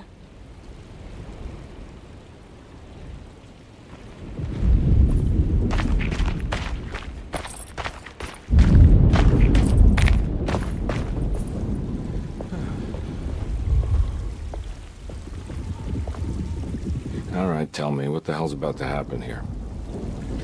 Every year we have a little turn the page ceremony by the tree. It's symbolical. It's like life has its cycles of grief and happiness. You know? Just like a tree facing the seasons. Things change, but remain the same.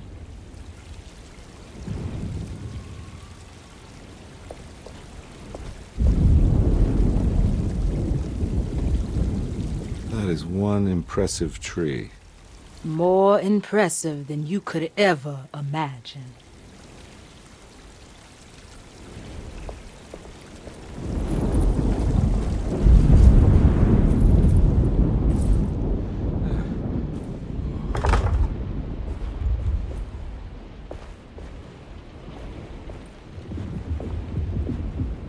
Does Emily know about Jeremy's condition? Yes. She seems to be handling it quite well under the circumstances.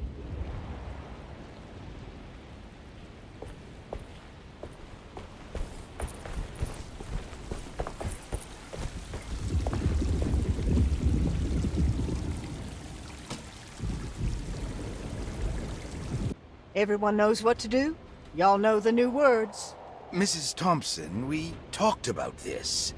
I'm not sure everyone is comfortable. Doctor, I insist. This is important.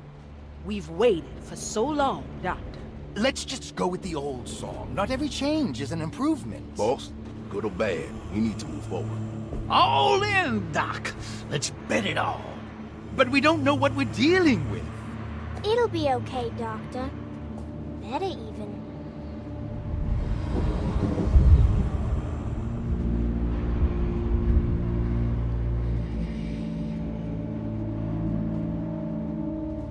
Ever there praises in abundance to the black goat of the woods. Hear us, brother. Take pity on us. Take pity on us. Ever there praises and abundance to the black goat of the woods. Hear us, Mother, and take pity on us. Take pity on us. Ever there praises and abundance to the black goat of the woods. Hear us, Mother, and take pity on us.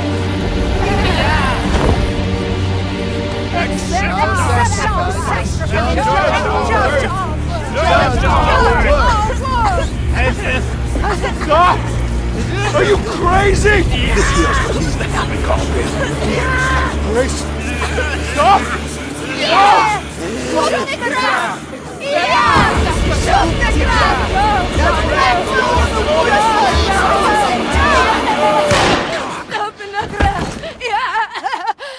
Detective, get my uncle out of here. Jeremy, come with me. Get over here.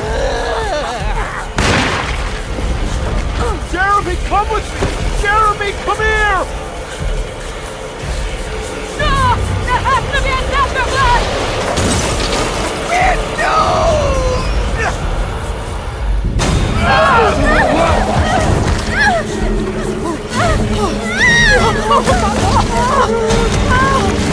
Jeremy, come on.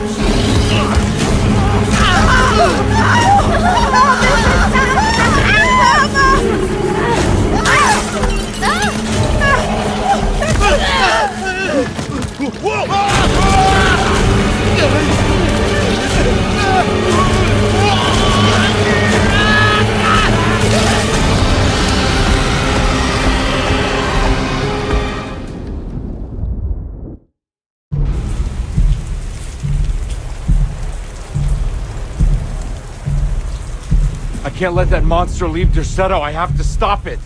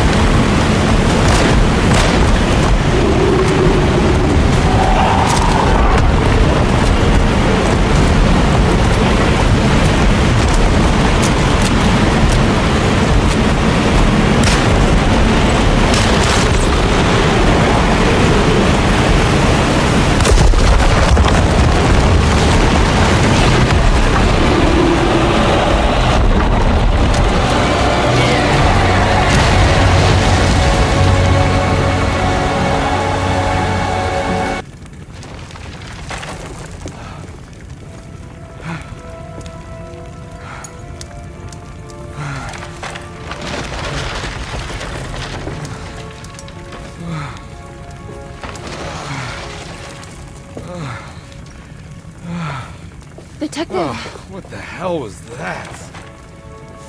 I tried to tell you. There was so much evidence. Their devotion to the Black Goat was like nothing I've ever seen before. I felt so dumb believing any of it, but I'm glad I did. Are you okay? Everything is out of order. This isn't the way the story goes. I shouldn't be alive. Yeah. Oh, you're welcome, buddy. How are you doing, sweetie? I kinda like it. You ruined everything, but I'm not mad.